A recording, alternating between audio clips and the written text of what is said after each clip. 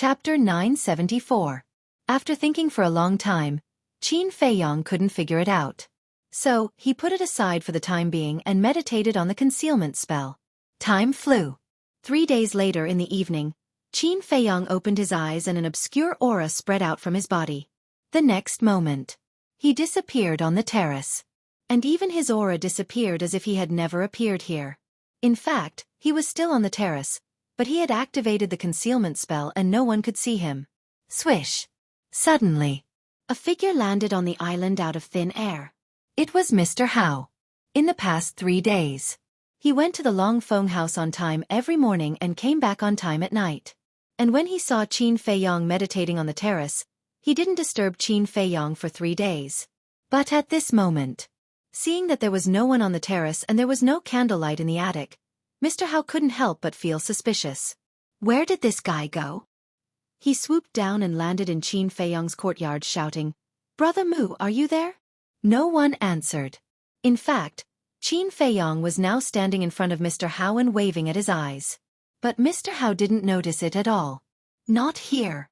This bastard is too unloyal. He didn't call me when he went out to have fun. After waiting for a long time and not hearing Qin Feiyong's response, Mr. Hao thought that Qin Feiyong had gone out. He cursed and returned to his courtyard. After Mr. Hao entered the attic, Qin Feiyong's figure appeared out of thin air. It's really amazing. He looked at himself, his eyes full of surprise. Suddenly, he seemed to think of something and looked up at Wang Yuer's courtyard.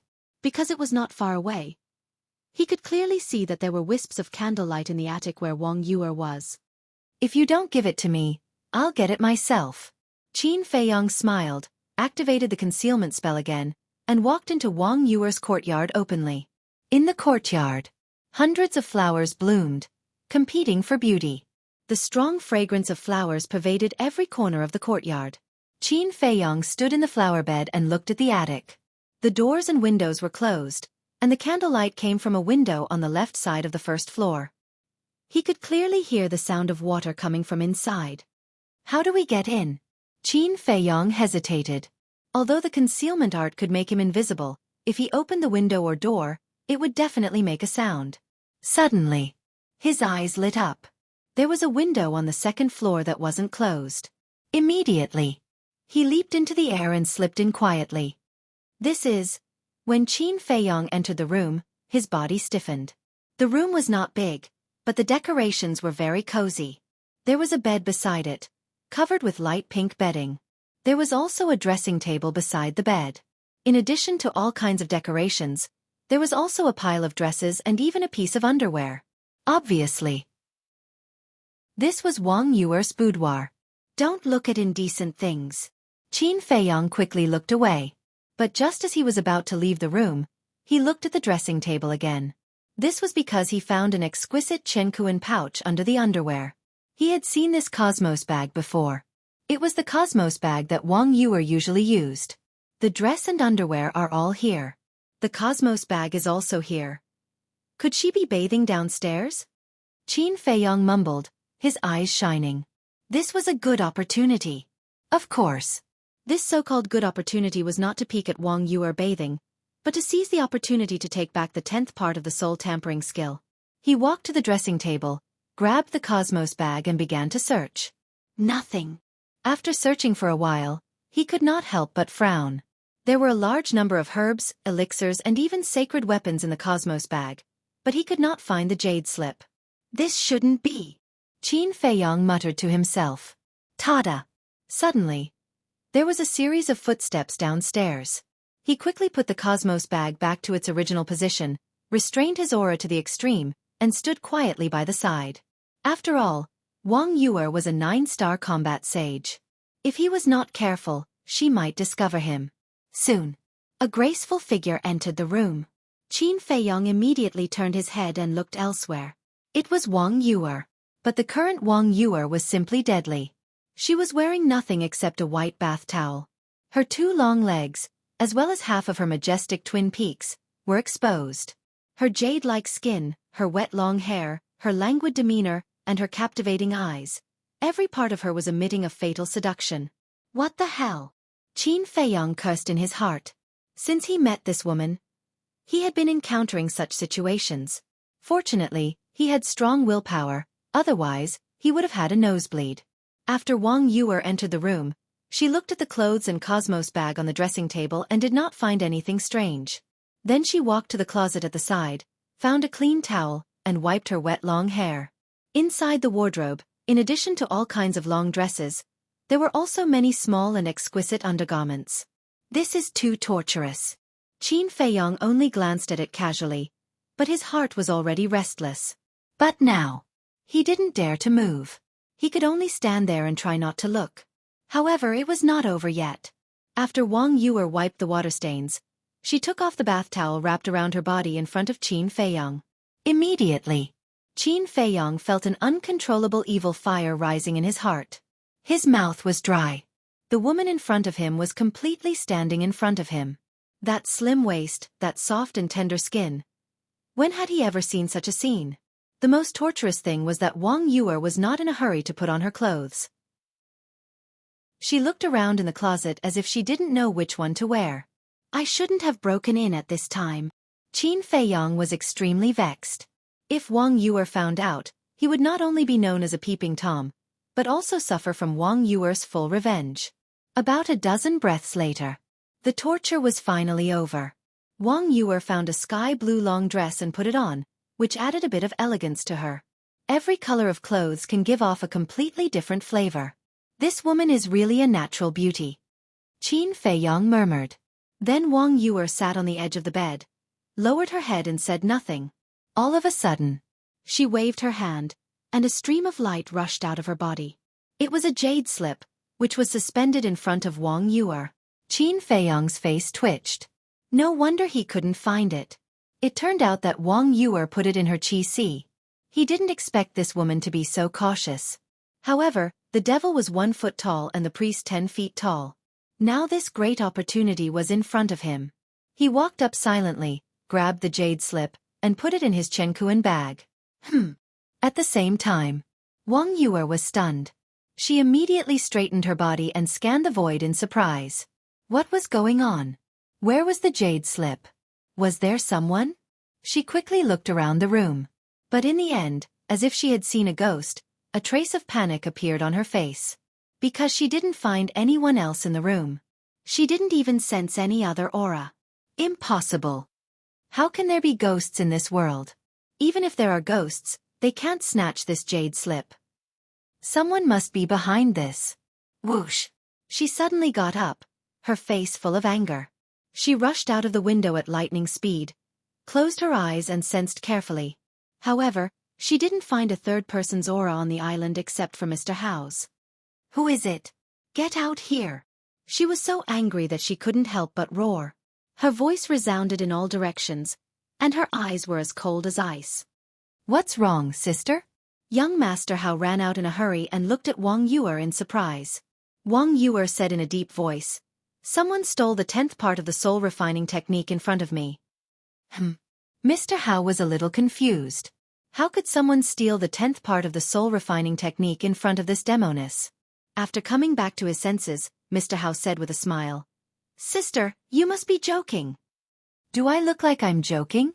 Wang Yuer suddenly lowered her head and stared at Mr. Hao with a sharp gaze. Mr. Hao's heart skipped a beat.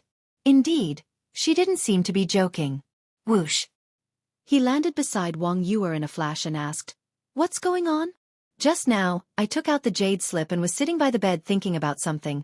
But suddenly, the jade slip disappeared in front of my eyes. Wang Yuer said. This? Mr. Hao was stunned. It disappeared in front of his eyes. That was too strange. Was it haunted? He scanned the island in surprise. This situation could only be explained by a ghost. Whoosh! Suddenly, Wang Yuer looked at Qin Feiyong's courtyard, her eyes flickering. Seeing this, Mr. Hao frowned and said, "Sister, are you suspecting your fiancé? Besides you, he's the only one who knows about the 10th part of the soul refining technique. Who else could it be?" Wang Yuer gritted her teeth and had already locked onto Qin Feiyong. "It can't be him. Because when I came back, he wasn't here. He should have gone out." Mr. Hao said. "Not here? Wang Yue raised her eyebrows and said, "Before I took a shower, I specially observed him. At that time, he was still on the balcony. How could he not be here?" "It's true," Mr. Hao said. Wang Yue didn't believe it. She flew over Qin Feiyang's courtyard and shouted, "Moo, don't pretend. I know you're inside. Get out." "Sister, he's not here." "Would I lie to you?" Mr. Hao looked at her helplessly and said. Wang Yue turned a deaf ear and continued to shout, "Aren't you very powerful? Why do you dare to admit what you did? What kind of man are you?" However, there was dead silence in the courtyard. Not even a shadow appeared. "He's really not here?" Wang Yue raised her eyebrows. If it wasn't this bastard, who else could it be? The island was guarded by emperor beasts. If someone really sneaked in, it was impossible for there to be no sound at all. "Sister, this matter is too strange. Let's go to the old man immediately," Mr. Hao said in a deep voice. He sneaked in without anyone noticing and snatched the 10th part of the soul-refining technique under Wang Yue's nose. This was definitely not something an ordinary person could do. Wang Yue nodded. The two opened a portal and were about to walk in, but at this moment, Qin Feiyang appeared out of thin air in the sky. "It's already dark. Where are you going?" Looking at Mr. Hao and Wang Yue, Qin Feiyang asked suspiciously. "Where have you been?" Mr. Hao frowned and said. Qin Feiyang said with a smile, "I went out for a walk." "What's wrong?" "There was a ghost incident just now," Mr. Hao said. "A ghost incident?" Chapter 975. Young Master Hao gave a brief account of what had happened. This, Qin Feiyang was dumbfounded. Of course he knew it, but he had to pretend. When he came back to his senses, he looked at Wang Yue angrily and said, "I told you to give me the 10th part of the soul-refining technique, but you didn't listen. Now it's been snatched away. What do you think we should do?" "The 10th part is mine. Even if it's snatched away, what does it have to do with you?" Wang Yue was already full of anger. At this moment, when she heard Qin Feiyang's rebuke, she was undoubtedly angrier and directly went against Qin Feiyang. "Yours? Are you kidding? If you didn't snatch the 10th part with your relationship with Mr. Wang, how could it be yours? Let me tell you, if you don't get the 10th part back, I'll divorce you." Qin Feiyang snorted coldly. Young Master Hao's face changed and he hurriedly said, "Brother Mu, you can't joke about this." "I never joke," Qin Feiyang said expressionlessly, then quickly swooped down and disappeared in the attic. "Divorce me? How dare you divorce me?" Wang Yue was in disbelief. Although she didn't agree to the engagement, she could only accept it. But now, he actually threatened to divorce her? This was simply a humiliation to her. She couldn't tolerate it. She shouted at the attic, "Okay, I can't ask for more. You'd better hurry up." Seeing that Wang Yue was also angry, young Master Hao rubbed his forehead and said helplessly, "Sister, can you calm down?" "I'm very calm," Wang Yue said. "If you're calm, why did you say such angry words? If Ancestor Mu really divorces you now, do you know how many people will laugh at you behind your back?" Young Master Hao said earnestly. "I'm not afraid," Wang Yue said. "You're not afraid, but what about Aunt, Uncle, and Mr. Wang? They'll definitely die of anger." Young Master Hao sighed. This marriage was a mistake in the first place. After saying that, Wang Yue turned around and left angrily. What a pair of enemies. Young Master Hao looked at the two courtyards and felt a headache coming on. The waning moon hung high in the sky, and the night was hazy. Qin Feiyang activated the concealment spell and stood on the balcony, looking at Wang Yue's back with a smile in his eyes. Although this woman was a little unreasonable, she was actually quite cute. A moment later, he retracted his gaze and took out the jade slip. No matter what, he had finally obtained the 10th part of the soul-refining technique. He immediately turned around and entered the attic to comprehend in peace. And not long after, Chief Pagoda Master received young Master Hao's notice and sent people to investigate the island.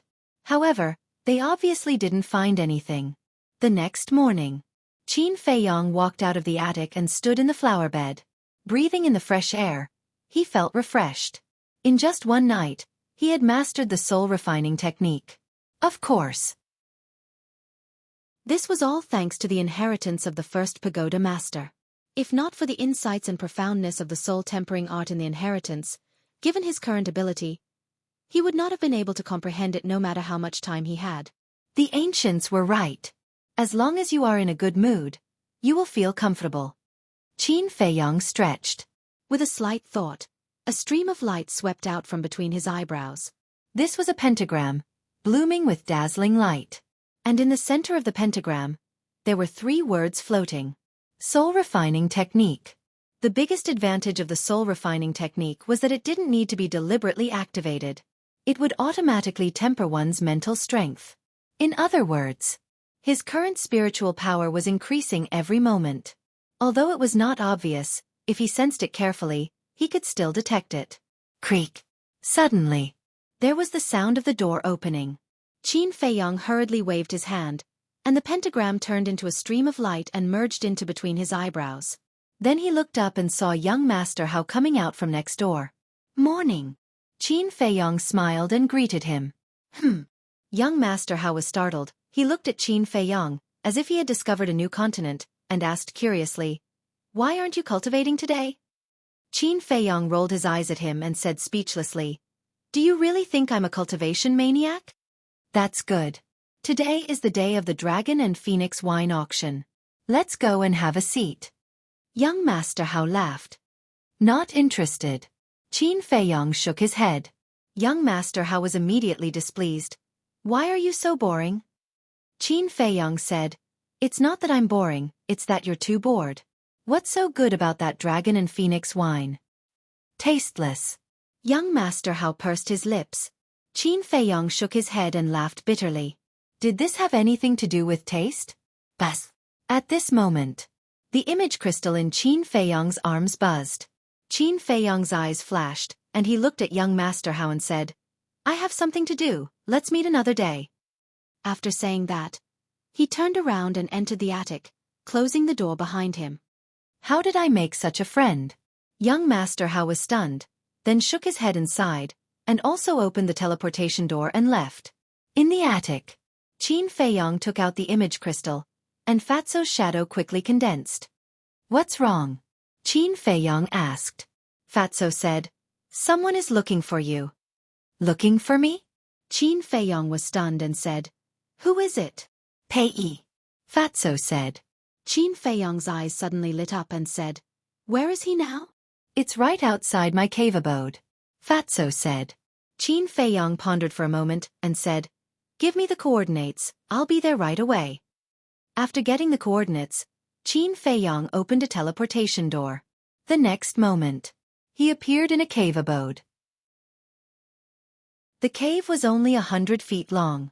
Other than a praying mat, a stone table, and 4 stone stools, there was nothing else. It was quite simple. However, it was very clean. Fatso walked forward and pointed to the door of the cave. He said to Qin Feiyong, "He's outside." Qin Feiyong said, "Let him in." Fatso said loudly, "Senior brother Pei, come in." Tada! Accompanied by the silent sounds of footsteps, Pei entered the cave and entered Qin Feiyong's sight. However, at this moment, Pei was no longer as carefree and unrestrained as before. Instead, he seemed to be in agony. Qin Feiyong sighed secretly and pointed to the stone stool beside him. He smiled and said, "Have a seat." Pei looked at Qin Feiyong, who was sitting on a stone stool with his head hung low, remaining silent. Qin Feiyong also sat opposite Pei and said, "They must have told you everything." "Yes." Pei nodded. Qin Feiyong asked, "What are your plans then?" "I don't know. I'm very conflicted now." Pei shook his head with a look of agony on his face. Qin Feiyong said, "I can understand how you feel, but he's still your father after all." "What are you guys talking about?" Fatso looked at the two of them in confusion. Qin Feiyong looked at Fatso and sighed. "Pei Chongfeng is his father." "What?" Fatso was dumbfounded. "Isn't this too much of a coincidence? Is he really dead?" Pei finally looked up and asked Qin Feiyong.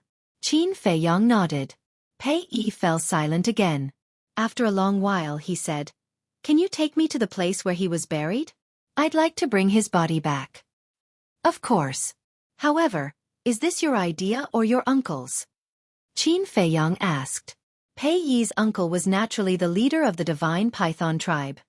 It's my idea, Pei Yi said. What about your uncle? Doesn't he want to bring your father's body back? Qin Feiyang asked with a frown. He definitely wants to, but he hasn't gotten over his grief yet. After all, they're biological brothers. We may be father and son, but we've never interacted with each other before. In fact, I don't have any impression of him at all. Pei Yi said bitterly. Qin Feiyang smiled. It was completely understandable. After all, Pei Chongfeng left the divine python tribe not long after Pei Yi was born. How could Pei Yi have any impression of him? When do you plan to go? Qin Feiyang asked. Pei Yi said, if you have time, I'd like to go immediately. Qin Feiyang stood up and said with a smile, the deceased should be respected. I'll make time for you even if I don't have time. Let's go. Thank you. Pei Yi stood up and bowed to Qin Feiyang to express his gratitude. He then opened the portal and the two of them entered one after another. Fatty pondered for a moment, then also entered the portal. In the square of the Pill Pagoda, the things that were used for the ceremony a few days ago had been removed, and peace was restored. In the center of the square, the old man in black was still sitting cross-legged on the ground like a rock, guarding the teleportation altar. Greetings, Elder. After Qin Feiyang and the other two appeared, they immediately bowed to the old man in black. The black-clothed old man was the law-enforcing elder of the Pill Tower. His status was quite high, and he was also extremely strong. Normally he did not smile, but when he saw Qin Feiyang, a trace of a smile crawled onto his old face. Qin Feiyang cupped his hands and said, Elder, the three of us would like to make a trip to the 9 regions. The old man in black said, if the people of the Central Divine Kingdom want to go to the 9 regions, they have to get the Chief Pagoda Master's permission first. Do you have it? It's too troublesome to go to the 9 regions with the Chief Pagoda Master's permission. Qin Feiyang furrowed his brows without leaving a trace. He shook his head and said, No. The old man in black said apologetically, I'm sorry but I can't let you go. Compared to the first time they met, his attitude was much more polite. However, Pei Yi couldn't help but feel anxious. He pleaded, Elder, I'm going to the 9 regions for no other reason than to retrieve my father's body. Please make an exception. Body? The old man in black was stunned. He looked Pei Yi up and down for a moment and said, You're Pei Yi from the Divine Python tribe? Yes, I am. Pei Yi nodded. The old man in black said, As far as I know, your father went missing, right? Yes. But now we've found him, but he's already dead. Pei Yi looked sorrowful and his eyes were filled with pain. I see. All right then, you can go, but you only have 3 days. You must come back within 3 days. The old man in black hesitated and nodded. Thank you, Elder. Pei Yi hurriedly bowed and thanked him. The old man in black waved his hand, and his battle chi surged and merged into the teleportation altar. Soon, the teleportation altar was activated. Qin Feiyang and the other two jumped onto the altar one after another, and their figures quickly disappeared. The 9th region. In the central square of the Ice Crystal City. No one was allowed to set foot here. Chapter 976. But suddenly, there was a deafening buzzing sound in the quiet square. What's going on? The group of guards looked toward the center of the square like startled rabbits. At that moment, their eyes widened. The teleportation altar was awakened. One of the leading guards shouted, Quick, quick, quick! Be more spirited. There was only one explanation for the awakening of the teleportation altar. The big shots of the Central Divine Kingdom had arrived. Whoosh! Finally! Under the watchful eyes of the guards, 3 figures appeared above the teleportation altar out of thin air. It was Qin Feiyang and the other two. So young. Looking at the appearance of Qin Feiyang and the other two, the group of guards was a little stunned. But the next moment, they bowed in unison and said, Greetings, my lords. My lords? Fatso was stunned and chuckled. That's a good name. The leading guard said respectfully, My lords, is there anything I can do for you? No, you can go about your business. Qin Feiyang smiled faintly and immediately opened the teleportation gate, leaving with Fatso and Pei Yi. "Captain, who are they? They look so young, but their auras are so strong." Several gods whispered with fear in their eyes. "I've never been to the Central Divine Kingdom. How would I know? But I'm sure that they have a certain status in the Central Divine Kingdom." The leading guard said. "What do you mean?" One of the guards asked suspiciously. "Aura. The aura of the three of them is very extraordinary. Especially the one who spoke. Although he looks ordinary, he exudes the aura of a king. Moreover, I can sense a great saint's aura from him," the leading guard said solemnly. "Sage aura. Then isn't he a battle sage? He's already a battle sage at such a young age. How terrifying is his talent." The group of guards was dumbfounded. The legendary Central Divine Kingdom was really scary. But they would never have thought that the person they were afraid of was Qin Feiyong, the person they wanted to kill. At the same time, the third zone. Qin Feiyong and the other two arrived above a glacier. Below, the mountain ranges were covered in white snow. Qin Feiyong scanned the glacier below and said, "Your father is buried here." "Where?" Pei Yi was a little nervous and a little hesitant. "This used to be an ice valley. Later, in order to bury your father, I shattered the ice valley. As for the exact location, even now, I don't know. However, it won't be difficult to find him." After Qin Feiyong finished speaking, his big hand reached out in the air, and Saint Might poured down like a waterfall. Rumble. Immediately, the glacier shattered, the snow melted, and a large crater gradually appeared. As the glaciers and snow continued to fuse together, the crater grew deeper and deeper, reaching a diameter of over a dozen miles. Looking down from the sky, it looked like a bottomless pit. It was a spectacular sight. About 10 breaths passed. Suddenly, Qin Feiyong's eyes lit up and he said to Pei Yi, "Come with me." Whoosh! The three of them immediately turned in the air and swooped down into the crater. Before they reached the bottom, an ice sculpture entered their line of sight. The ice sculpture stood at the bottom of the crater, and cold air was rising. And inside, there was a middle-aged man in purple clothes lying down. He looked to be in his 40s and had a rough face. There were some white hair at his temples, and his clothes were tattered. There were also bruises all over his body. It was Pei Changfeng. Although it had been more than a year since Qin Feiyong buried him, his body was still the same as before. There were no signs of decay at all. Whoosh! The three of them landed in front of the ice sculpture one after another. Qin Feiyong and Fatso looked at each other and silently took a few steps back. Pei Yi looked at the person in the ice sculpture and did not go forward for a long time, seemingly a little reluctant. Thump! After a long time, he knelt in front of the ice sculpture feebly. "Do you know? Although I often tell others that I hate you very much and don't want to see you, I've actually been waiting for you to come back. Do you know how much I yearned for your love and care? But in the end, you made me wait for the news of your death. Do you know how much pain and despair I felt? I remember when I was young, I was so envious of other children who acted coquettishly in front of their fathers. I wanted you to hug me too. But this little wish was just an extravagant hope in my eyes. I can't accept it. Can you tell me what you've been doing all these years? Have you ever thought of coming back to see me? Answer me." Pei Yi muttered to himself, tears blurring his vision. He was getting more and more emotional.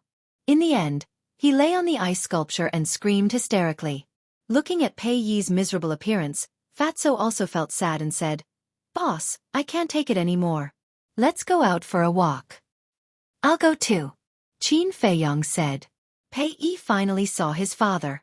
Although he had passed away, he definitely had a lot to say to him. Besides, Pei Yi needed some time to get a grip on his emotions. The two of them did not disturb Pei Yi and quietly flew out of the deep pit. Fatty glanced at the vast expanse of white glaciers and shook his head with a sigh. Things in this world are really coincidental. Yeah. When I found out that Pei Changfeng was Pei Yi's father, I was also shocked. Qin Feiyong said. Fatso frowned and said, "But how did Pei Changfeng die?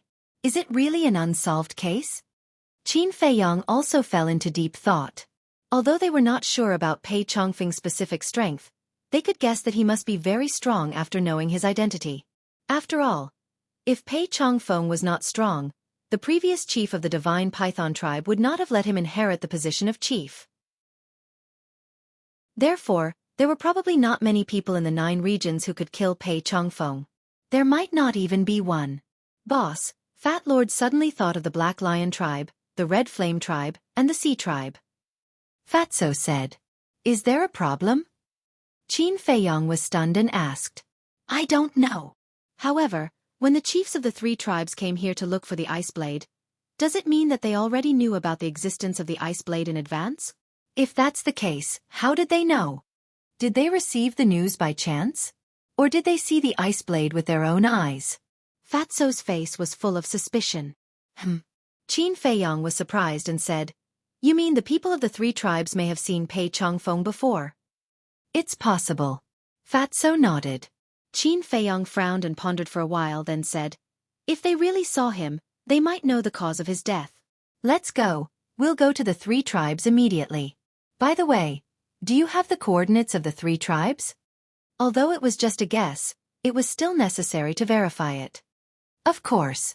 Back then, Master Fatty, Brother Wolf, and the others had ransacked the 3 big tribes. Chapter 977. Black Lion Tribe. In a small courtyard, 2 black-clothed old men sat opposite each other. Outside the small courtyard, a group of youths were naked and practicing martial arts on the snow. Although they were very young, only 12 or 13 years old, and their faces were red from the cold, none of them complained. Their faces were resolute. "Since the chief and the high priest were killed, our Black Lion tribe is no longer what it used to be, but our hope is not yet destroyed." Yes, these children are our hope. It's a pity that Qin Feiyong and those bastards robbed our treasury. Otherwise, with our foundation, these children wouldn't have to work so hard. Looking at those youths, the 2 black-clothed old men's faces were full of gratification, but there was also a trace of hatred in their eyes. This hatred was naturally targeted at Qin Feiyong and the others. Haven't you heard of the saying, "No pain, no gain"? But at this moment, with a faint laugh, Qin Feiyong and Fatso appeared out of thin air in the courtyard. "Who is it?" The 2 old men were shocked and immediately stood up, looking at the 2 of them warily. The group of youths outside also stopped practicing martial arts and looked at the 2 of them curiously. The tribesmen further away also put down what they were doing and came over, looking extremely unfriendly. Qin Feiyong glanced at the tribesmen of the Black Lion tribe indifferently, looked at the 2 old men, and asked, "Who is in charge of the Black Lion tribe now?" "I'm the Grand Elder of the Black Lion tribe." "I'm the Second Elder. May I ask why the 2 of you have come to our Black Lion tribe?" The 2 old men introduced themselves and asked. Qin Feiyong did not answer and asked, "So as long as Cui Chengqing knows, you also know?" Cui Chengqing was the chief of the Black Lion tribe. "What on earth do you want?" The 2 old men frowned. Qin Feiyong waved his hand, took out his identity token, and said, "I'm from the Central Divine Kingdom's main tower. I'm here to investigate the cause of a person's death." The Central Divine Kingdom. Immediately, everyone's eyes trembled, and their faces were filled with shock and fear. Because none of them had been to the Central Divine Kingdom, they had no idea what the token in Qin Feiyong's hand represented. But if the other party was really from the Central Divine Kingdom, he could not afford to offend them.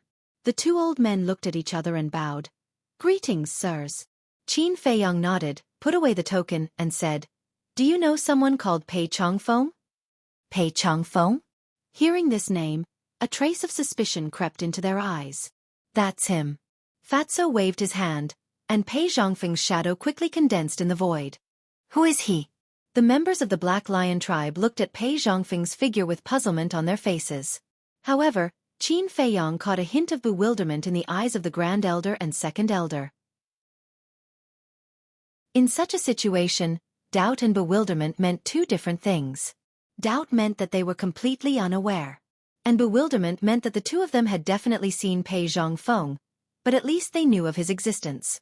However, Qin Feiyong did not point it out and said, "Have you never seen him before?" "No." Everyone shook their heads. The Grand Elder and Second Elder also shook their heads. Fatso's eyes revealed disappointment, and said in a low voice, "It seems that we guessed wrong." "No. We didn't guess wrong. It's just that someone refuses to tell the truth. Qin Feiyong shook his head and laughed.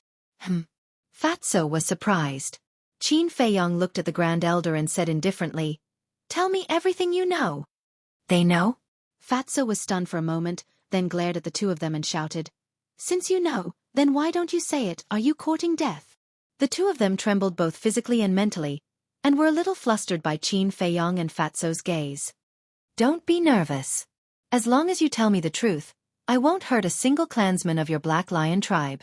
But if you dare to continue hiding it, your Black Lion tribe will face the danger of being exterminated today," Qin Feiyong said with a smile. But at the end of his sentence, the holy might roared out and instantly enveloped the entire Black Lion tribe. Everyone was suffocating under the pressure. The two old men were also trembling both physically and mentally, their eyes filled with disbelief. He looked so young, but he was actually a battle saint. As for the Black Lion tribe, as a super tribe in the third region, they once had a war saint. That was the leader and the high priest. However, these two people had both died at the hands of Qin Feiyong in the end, so the strongest one was the Nine-Star War Sect. Facing a war saint, the Nine-Star War Sect had no power to resist. Seeing that the deterrence had been achieved, Qin Feiyong also withdrew his holy might, looked at the Grand Elder, and said indifferently, "Speak." The Grand Elder hurriedly nodded and said, "We have indeed seen him before." "You've really seen him before?" Qin Feiyong and Fatso were stunned. Then Fatso asked, "Where have you seen him?" The Grand Elder wiped his cold sweat and said with his head lowered, "White Crane Mountain Range." Qin Feiyong was stunned and asked suspiciously, "Where is White Crane Mountain Range?" The Grand Elder said, "Not far, it's in the south, only a dozen miles away from here." Qin Feiyong frowned. "What is Pei Chongfeng doing in White Crane Mountain Range?" "He is fighting with someone," the Grand Elder said. "Who?" Qin Feiyong's eyes flashed. The Grand Elder shook his head and said, "We don't know, but we know that they are brothers." "Brothers?" Qin Feiyong was stunned and said, "How do you know that they are brothers?" The Grand Elder said, "Because Pei Chongfeng calls that person little brother." Little brother. Qin Feiyong and the Grand Elder looked at each other. Could it be that the person who fought with Pei Chongfeng back then was the current leader of the Divine Python tribe?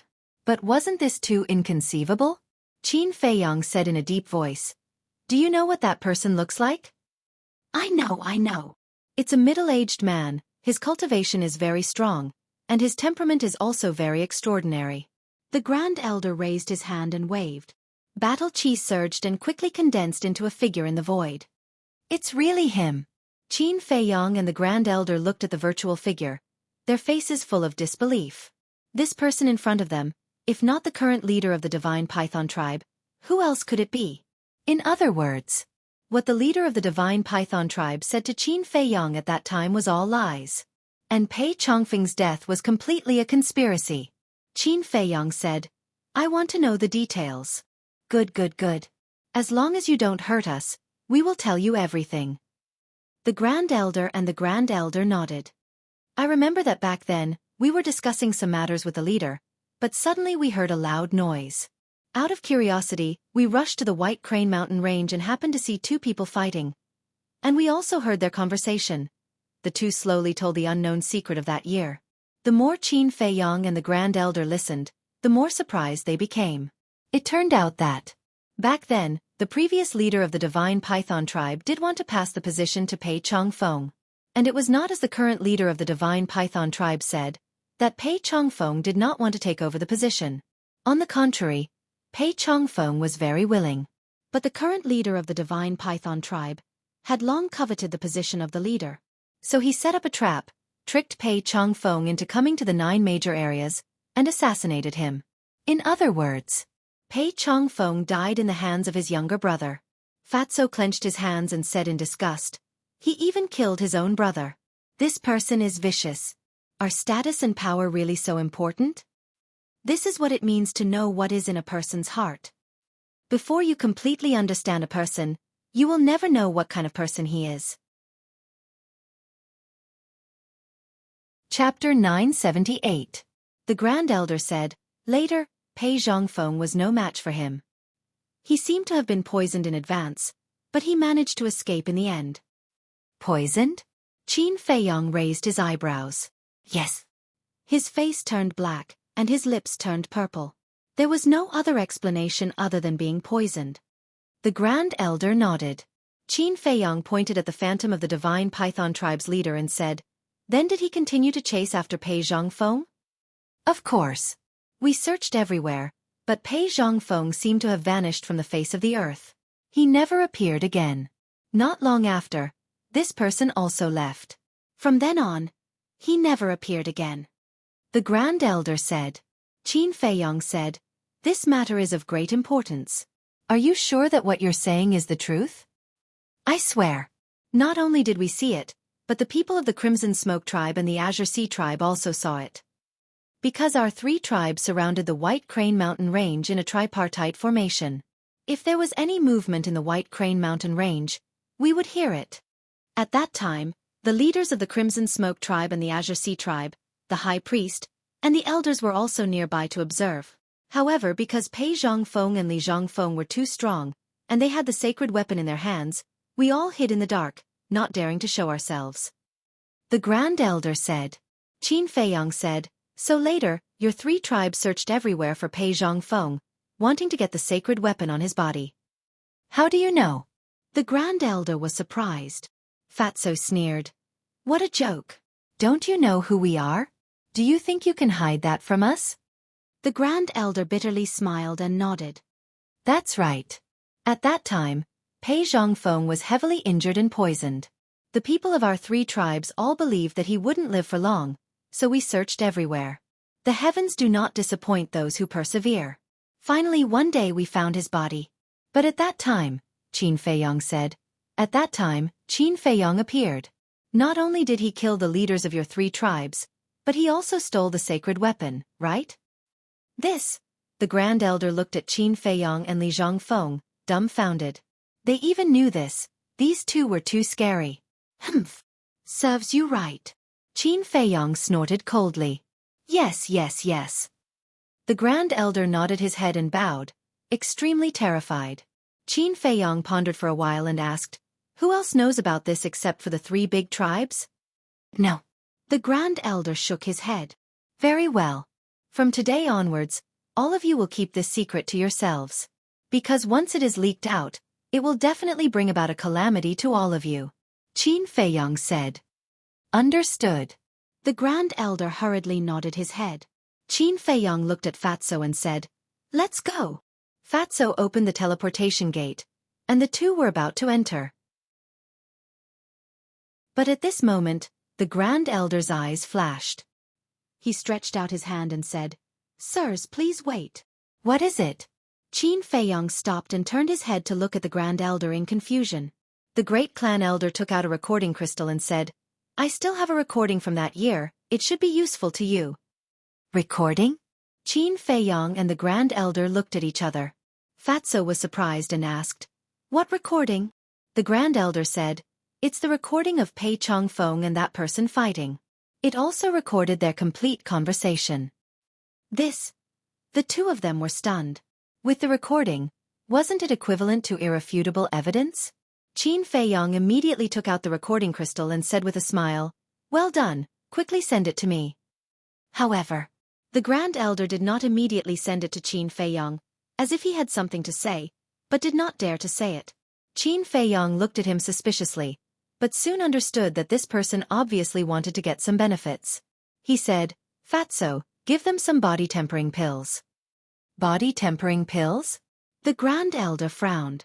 Who didn't have body-tempering pills? "This is not an ordinary body-tempering pill." Fatso coldly snorted and waved his hand. Accompanied by a dazzling light, hundreds of pills appeared on the ground in front of the Grand Elder. These pills basically all had 4 pill patterns, and there were even some that had 5 pill patterns. This. The Grand Elder was stunned. The people of the Black Lion tribe were also dumbfounded. The eyes of those youths were filled with desire. Although the body-tempering pills were very ordinary and cheap, body-tempering pills with pill patterns were rare. Especially with so many pill patterns. As everyone knew, the more pill patterns there were, the better the effect. And these 4 and 5 pill patterns body-tempering pills, it was no exaggeration to say that just 1 pill was enough to let a newcomer lay a solid foundation. Therefore, to the youths of the Black Lion tribe, these body-tempering pills were more precious than any high-grade pills. However, when the Grand Elder of the Black Lion tribe came back to his senses, he was still not very satisfied. Don't be too greedy, or else don't talk about benefits. Your lives might not even be saved. Qin Feiyong lightly said. The Grand Elder's eyes trembled. For a moment, he was blinded by greed and forgot that the person in front of him was a battle sage. He did not dare to hesitate any longer and hurriedly established a contract with Qin Feiyong. Then, he sent the video to Qin Feiyong. Qin Feiyong did not stay any longer and brought Fatso back to the place where Pei Chongfeng was buried. Pei Yi had calmed down a lot and stood silently in front of the ice sculpture, his tears dry. Qin Feiyong walked over and patted Pei Yi on the shoulder, saying, "It's getting late, we should go back." "Okay." Pei Yi nodded and took another deep look at Pei Chongfeng in the ice sculpture before keeping it in his heaven and earth bag. Qin Feiyong said, "I've been wanting to ask you a question." "What is it?" Pei Yi looked at him suspiciously. "Where's your mother?" Qin Feiyong said. "Mother?" Pei Yi couldn't help but clench his fists tightly, his eyes filled with pain. Qin Feiyong smiled and said, "Forget it if you don't want to answer." "Phew." Pei Yi heaved a long sigh and said, "I heard from my second uncle that ever since my father left, my mother had been depressed. When I was 1.5 years old, she passed away from depression." Passed away from depression. Qin Feiyong's eyes lit up. If it were in the past, he would definitely believe it. However, now that he knew the truth, Pei Yi's mother's death was probably not that simple. Fatso said, "Boss, should we tell him the truth?" "Let's wait for a while." Qin Feiyong thought about it and said to himself, Pei Yi's heart was now full of scars. If he were to be told the truth at this time, he would probably break down. Bas. Next, Qin Feiyong opened the portal and the three of them arrived at the Ice Crystal City in the 9th zone. He then opened the teleportation altar and directly returned to the main pagoda. Next, Pei Yi returned to the Divine Python tribe to bury Pei Chongfeng. Qin Feiyong and Fatso also returned to the Warrior Mountain Range and the Sacred Ground. Calming Lake. It was quiet and peaceful. Qin Feiyong sat in the hall of the attic and looked at the image in the void in front of him. In the image, Pei Chongfeng and the current leader of the Divine Python tribe were fighting fiercely in the sky above a mountain range. Blood splattered and the mountains and rivers were shattered. And just as the Grand Elder of the Black Lion tribe said, Pei Chongfeng did show signs of being poisoned. In the end, the leader of the Divine Python tribe suddenly took out a long spear and pierced Pei Chongfeng's heart. The long spear was black and shining, and its sharpness could split the sky. It was also a sacred weapon. After that, Pei Chongfeng escaped from the mountain range with the ice blade. Power status. What a harmful thing. Qin Feiyong sighed deeply and waved his hand. The image disappeared and then he put away the image crystal, got up and walked to the balcony on the 2nd floor. He sat cross-legged and closed his eyes to meditate. The next morning. Chapter 979. Dragon Phoenix House. Inside a private room. Qin Feiyong sat next to the tea table and looked at Wu Yang standing in front of him. While drinking tea he asked, "Why did you ask me to come here?" Wu Yang respectfully said, "I have a piece of news. It's about a 7th grade alchemy fire." Qin Feiyong's arm trembled. He put down the teacup and said, "Tell me." Wu Yang said, "Somewhere in Qinghai, a cluster of 7th grade alchemy fire is about to appear." Qinghai? Qin Feiyong frowned and asked, "Is this news true?" "It's true." Wu Yang nodded. "Who else knows?" Qin Feiyong asked. Wu Yang said, "According to my father, this alchemy fire was first discovered by the people in the tower, so the people in the tower must know about it." Qin Feiyong frowned. The people in the tower found it. How did the Qilin tribe know about it? To tell you the truth, not only the Qilin tribe, but several other tribes also have people in the tower. And their status is not low. So, as long as it's not a particularly secret, we can basically know it in the first place. Wu Yang said. So that's how it is. Qin Feiyong suddenly realized. He didn't expect that not only the Mu Jia, but also the major tribes have spies in the tower. This tower is really a mix of dragons and snakes. Qinghai is a very dangerous place, With my ability, I'm sure I can't get the alchemy fire, so I can only tell you this news. You have to find a way. Wu Yang said. He looked a little nervous. How dangerous is it? Qin Feiyang was suspicious. This so-called Qinghai, he has never been there, and even heard very little about it. I don't know, but I heard from my father that even a war emperor may not return. Wu Yang said. This, Qin Feiyang was surprised. That's right. Last time, the chief said that there was something for him to deal with, and the destination was Qinghai. Could it be that the thing to deal with is the alchemy fire? Qin Feiyang lowered his head and pondered for a moment, then looked at Wu Yang and said, Is there any other news? Yes. Because you killed Wu Jian, our leader is thinking of a way to deal with you. Wu Yang said. Frankly speaking, he still felt like he was living in a dream. One had to know that Wu Jian was a genuine 9-star battle saint. Although he had suppressed his cultivation level, it was still unbelievable that he could be killed in an instant by this person. Deal with me? Qin Feiyang smiled coldly. He was not surprised at all. Wu Jian was a genius of the Qilin tribe and his future was limitless. If the leader of the Qilin tribe did not come to find trouble with him, then that would truly be strange. Qin Feiyang said, When he thinks of a way to deal with me, you have to tell me immediately. No matter how much they disdained the Qilin tribe, they were still a super tribe with countless combat emperors. They had to be on guard. All right. Wu Yang nodded. Then, he looked like he wanted to say something. Qin Feiyang glanced at him and said indifferently, I like people who are straightforward. Just say what you want to say.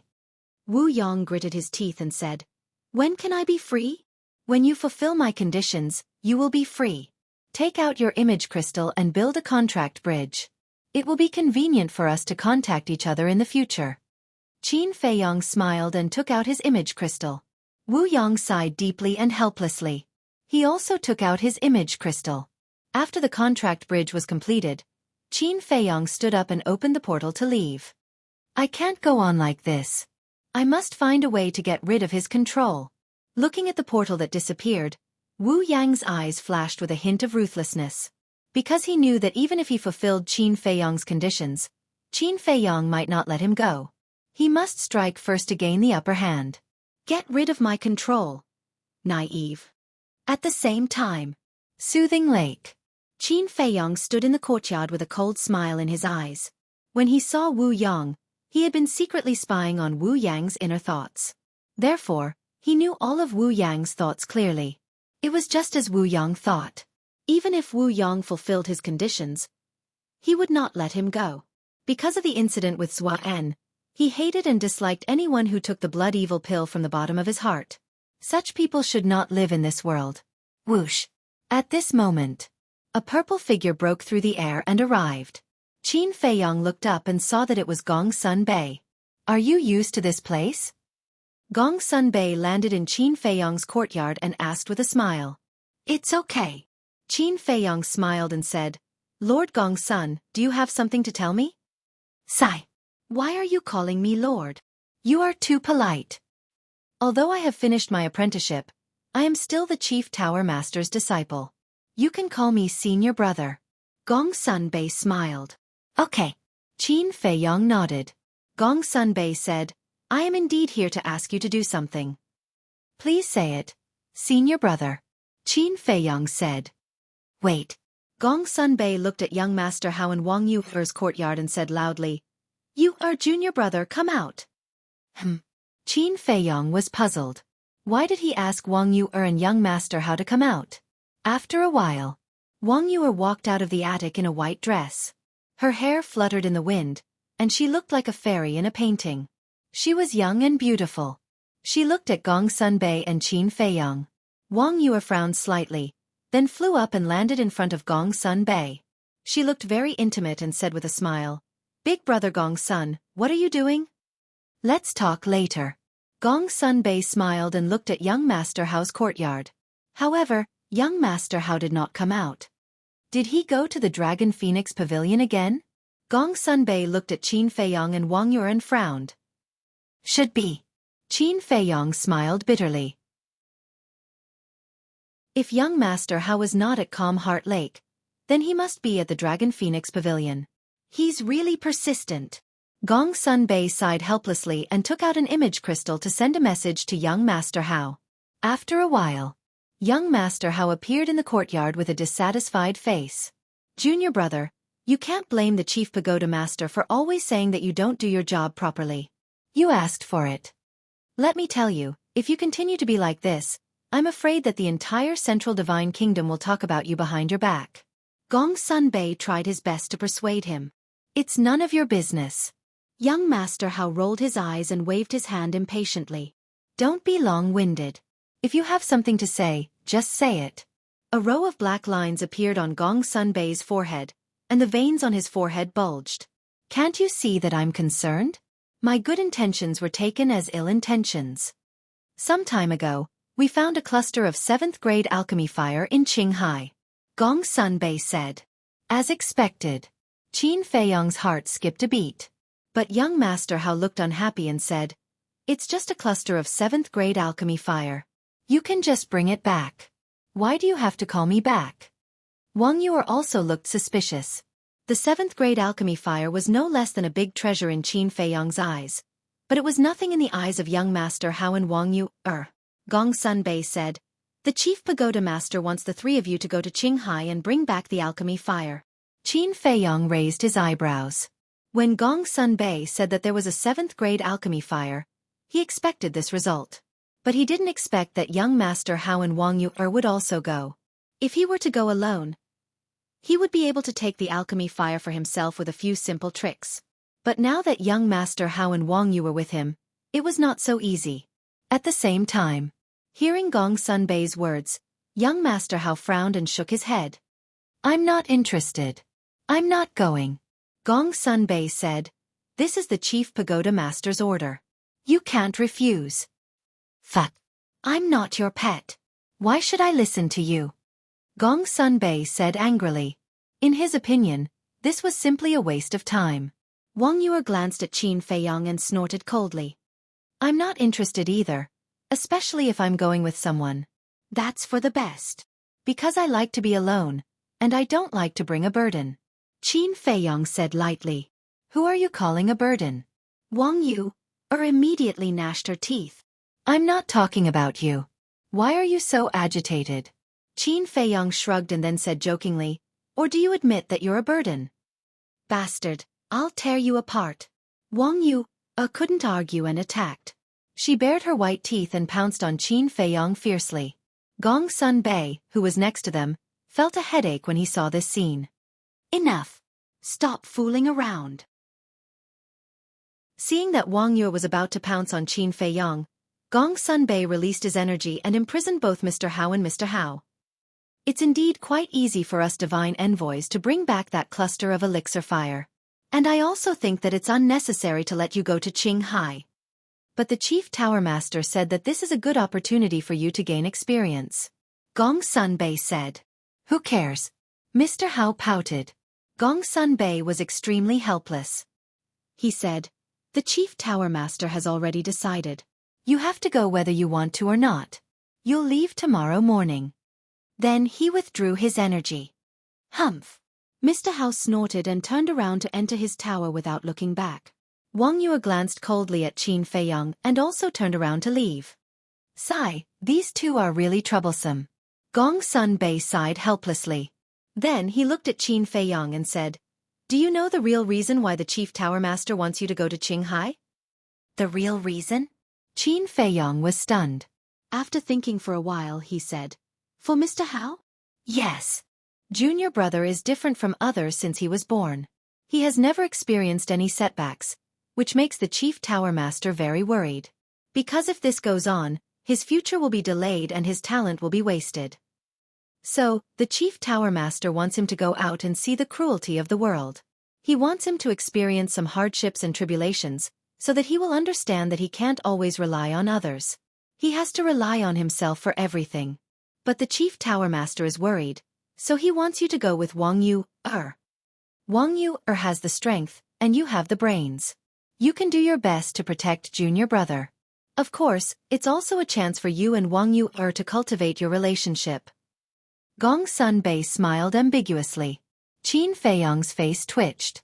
It was impossible for him and Wang Yu. What was there to cultivate? Have you asked Elder Wang and Wang Yu's parents about this? Qin Feiyong asked. Of course. It's such an important matter. We have to discuss it with them in advance. And they are very satisfied with you. They hope that you and Wang Yu can be together. Gong Sun Bei smiled. I'm afraid I'll have to disappoint their good intentions. Qin Feiyong sighed inwardly. He and Wang Yu were not from the same world, so it was impossible for them to be together. Besides, Gong Sun Bei added with a serious face, you have to remember what I'm going to say next. No matter what difficulties you encounter after you leave Divine City, we won't help you in any way. Qin Feiyong was shocked. It seemed that the Chief Tower Master was serious this time to make young Master Hao change his mind.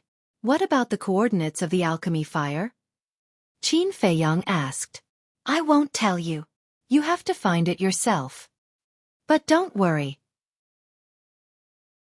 As long as you enter Qinghai, it won't be difficult to find the location of the alchemy fire. But you have to hurry, because there should be only half a month before the birth of the alchemy fire. Gong Sun Bei said. Okay. Qin Feiyong nodded. Gong Sun Bei patted Qin Feiyong's shoulder and said with a smile, then I'll leave this matter to you. Bring junior brother back alive. I'll try my best. Qin Feiyong smiled. Okay, you get ready. I'll go and report. After Gong Sun Bei finished speaking, he opened the portal and left. It's really troublesome. When the portal dissipated, Qin Feiyong's eyes suddenly had a trace of anger. Immediately, he turned and entered the attic, took out the image crystal, and Wu Yang's shadow quickly condensed. Qin Feiyong said, give me the location and coordinates of the alchemy fire. Wu Yang was stunned and said respectfully, now we only know that the alchemy fire has appeared in Qinghai, and the location and coordinates are still in the process of finding out. How long do you need to find out? Qin Feiyong frowned. I don't know. Wu Yang shook his head. Qin Feiyong pondered and said, once you find out the coordinates, tell me immediately. Okay. Wu Yang nodded and asked, is there anything else? Nothing. Qin Feiyong shook his head. After turning off the image crystal, Qin Feiyong sat on the chair, lowered his head and muttered, his eyes flickering. 7th grade alchemy fire. I'm determined to get it.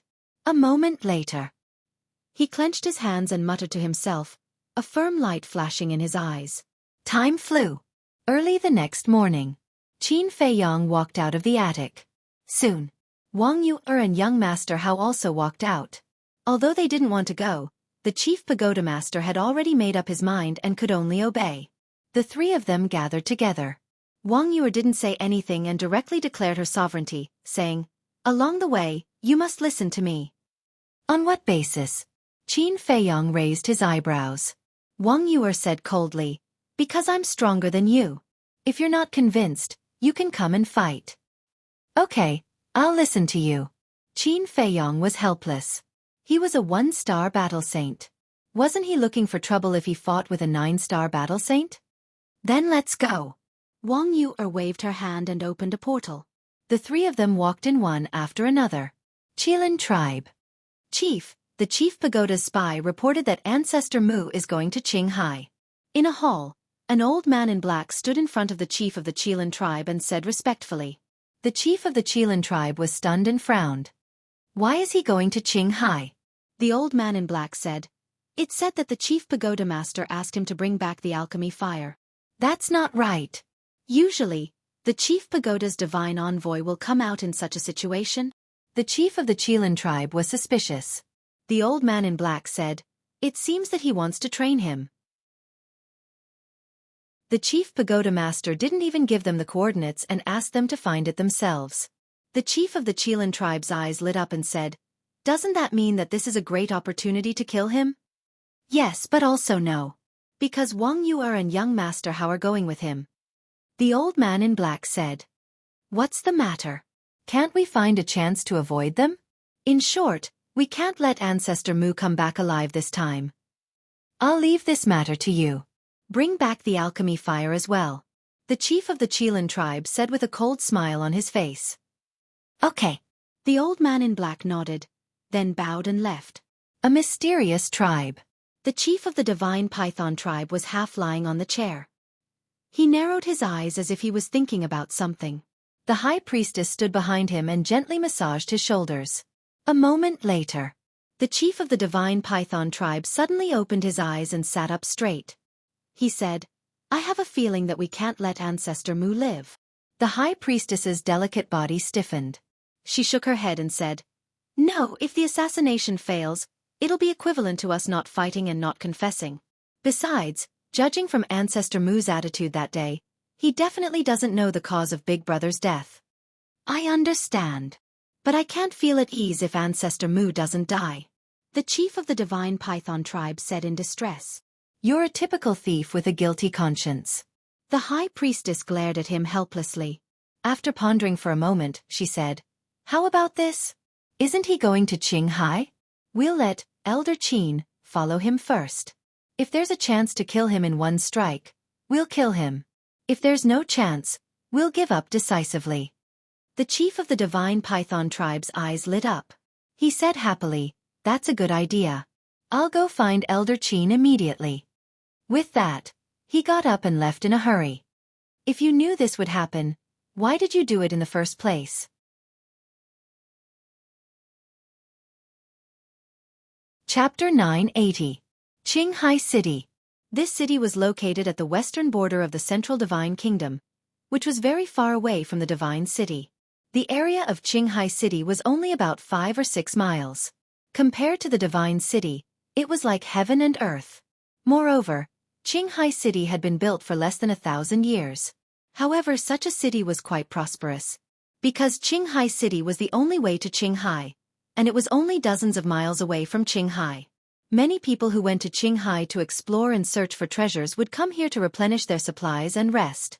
Swish! At this moment, in the sky above a forest outside the city, 3 figures appeared out of thin air. It was Qin Feiyang and the other 2. Qin Feiyang glanced down, looked up at the city not far away, and asked suspiciously, "Where is this?" "I don't know either." Young Master Hao shook his head. Although he was born in the Central Divine Kingdom, he had always been in the Divine City, so he was even more unfamiliar with the outside world than Qin Feiyang. Wang Yuer said, "This is Qinghai City, the only city near Qinghai. If you want to buy anything, hurry up and buy it." Young Master Hao asked curiously, "Sister, have you been here before?" "No." Wang Yuer shook her head. "Then how do you know?" Young Master Hao was suspicious. "Nonsense. Of course I asked around." Wang Yuer glared at him angrily. In fact, last night, she had deliberately asked someone about the details of Qinghai City. Therefore, although she had never been here before, she knew a little about Qinghai City. Young Master Hao smiled embarrassedly. "This woman is quite attentive."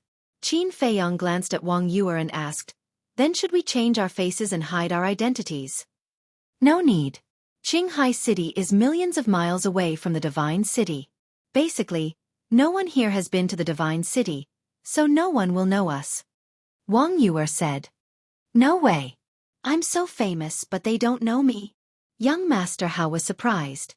"Narcissist." Wang Yuer couldn't help but roll her eyes and said, "Although others don't know you, the Pavilion Master and the City Lord of Qinghai City know you." "Who?" Young Master Hao was stunned and asked. Wang Yuer said, "Fu Xiong Shen Feiyun." "So it's them." Young Master Hao was enlightened. "Let's go. Restrain your auras and don't attract too much attention. After all, we're here to train. The fewer people who know, the better." Wang Yuer said indifferently and flew towards Qinghai City without looking back. Qin Feiyang and Young Master Hao followed behind her. Qin Feiyang whispered, "Who are Fu Xiong and Shen Feiyun?" Young Master Hao chuckled. "Speaking of which, you and Fu Xiong have some history." "Origin?" Qin Feiyang was stunned. Young Master Hao asked, "Do you remember Fu Anshan?" "Of course I remember," Qin Feiyang said. Young Master Hao smiled. "Fu Xiong is Fu Anshan's son." Qin Feiyang was taken aback. Then, he smiled bitterly. Enemies were bound to meet on a narrow road. As for Shan Feiyun, this person was once a prominent figure in Divine City. He was even as famous as Gongsun Bei. Unfortunately, in the end, when he spoke up to hear, young Master Hao paused as if he was hiding something that was difficult to say. As famous as Gong Sun Bei, Qin Feiyang was shocked. Who didn't know that Gong Sun Bei was not only the disciple of the chief tower master, but also his trusted aide. It could be said that his status in Forgotten Continent was definitely not lower than the Holy Tower Master and the Saint Peak Master. And a person who could be compared to Gong Sun Bei should at least be an overlord. How could he have fallen to such a state? Not long later, the three of them landed in front of the city gate. There were 4 guards guarding the city gate. Their cultivation was between 1-star War Master and 3-star War Master. Wow, look! A great beauty has come. When they saw Wang Yuer, the eyes of the 4 guards immediately lit up as they stood at the city gate. When Qin Feiyang and the other 2 approached, the leader of the guards shouted, "Stop!" The 3 of them were slightly stunned. The leader of the guards shouted, "Who are you? What is your purpose in coming to Qinghai City?" The people coming and going all stopped in their tracks and looked at the 3 of them suspiciously. Wang Yuer raised her eyebrows and said patiently, "Big brothers, we are explorers going to Qinghai City." "Really? But no matter how we look at it, you don't look like good people." The guard glanced at Qin Feiyang and young Master Hao, then looked straight at Wang Yuer. The other 3 guards were the same. Looking at the eyes of the 4, Qin Feiyang immediately understood that there was an ulterior motive. But he didn't move, because he wanted to see how Wang Yuer was going to deal with it. Wang Yuer had seen countless people and had teased countless men. Of course, she could see through the thoughts of the 4 at a glance. A cold light flashed in her eyes as she said, "Then may I ask, how can we prove that we are not bad people?" There was a trace of coldness in her tone. "Search. We want to see if you have any weapons on you. Don't try to resist.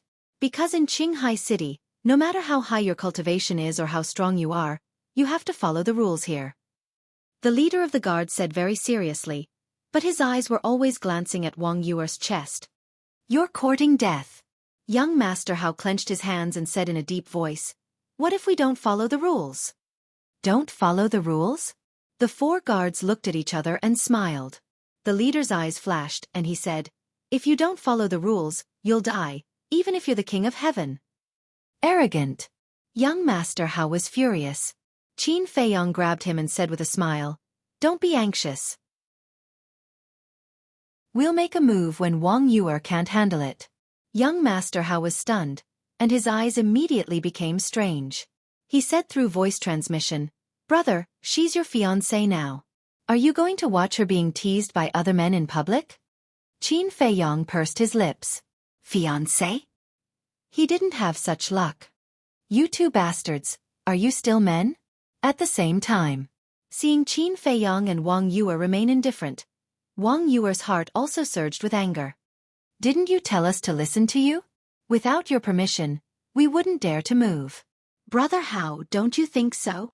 Qin Feiyang said with a faint smile.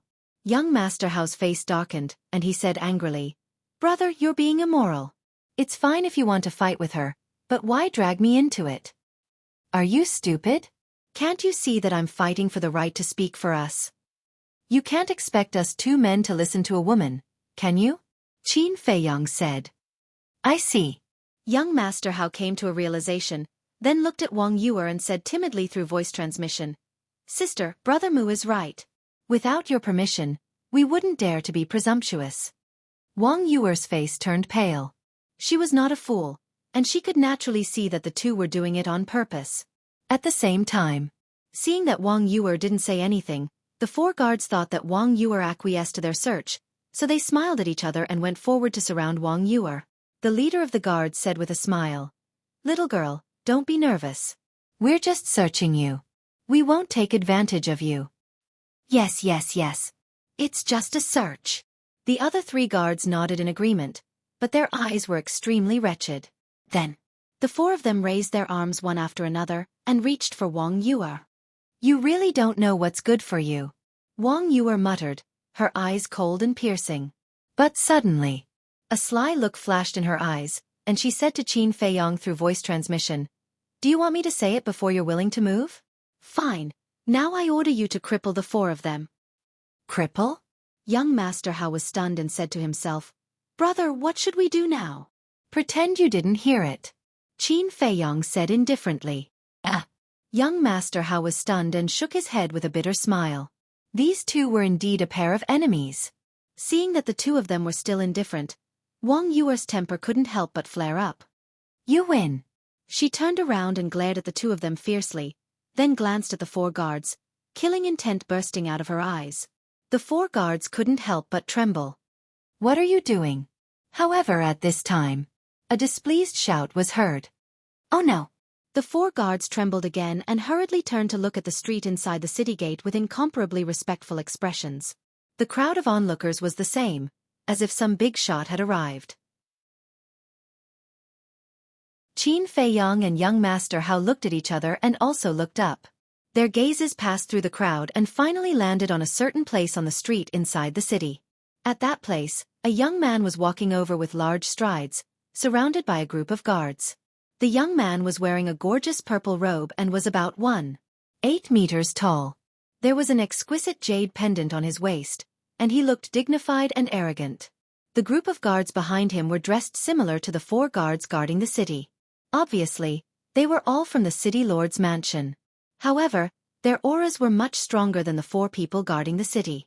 The purple-clothed young man was like a moon surrounded by stars, looking down on the crowd. Greetings, young Master Long. As soon as the purple-clothed young man came out, the people gathered in front of the city gate bowed to him. Yes. Young Master Long nodded, his arrogant expression slightly cold, but when he saw Wang Yuer, his eyes flashed with surprise. What's going on? He looked at the four city guards and frowned. The leader of the guards hurriedly said, Young Master Long, it's like this.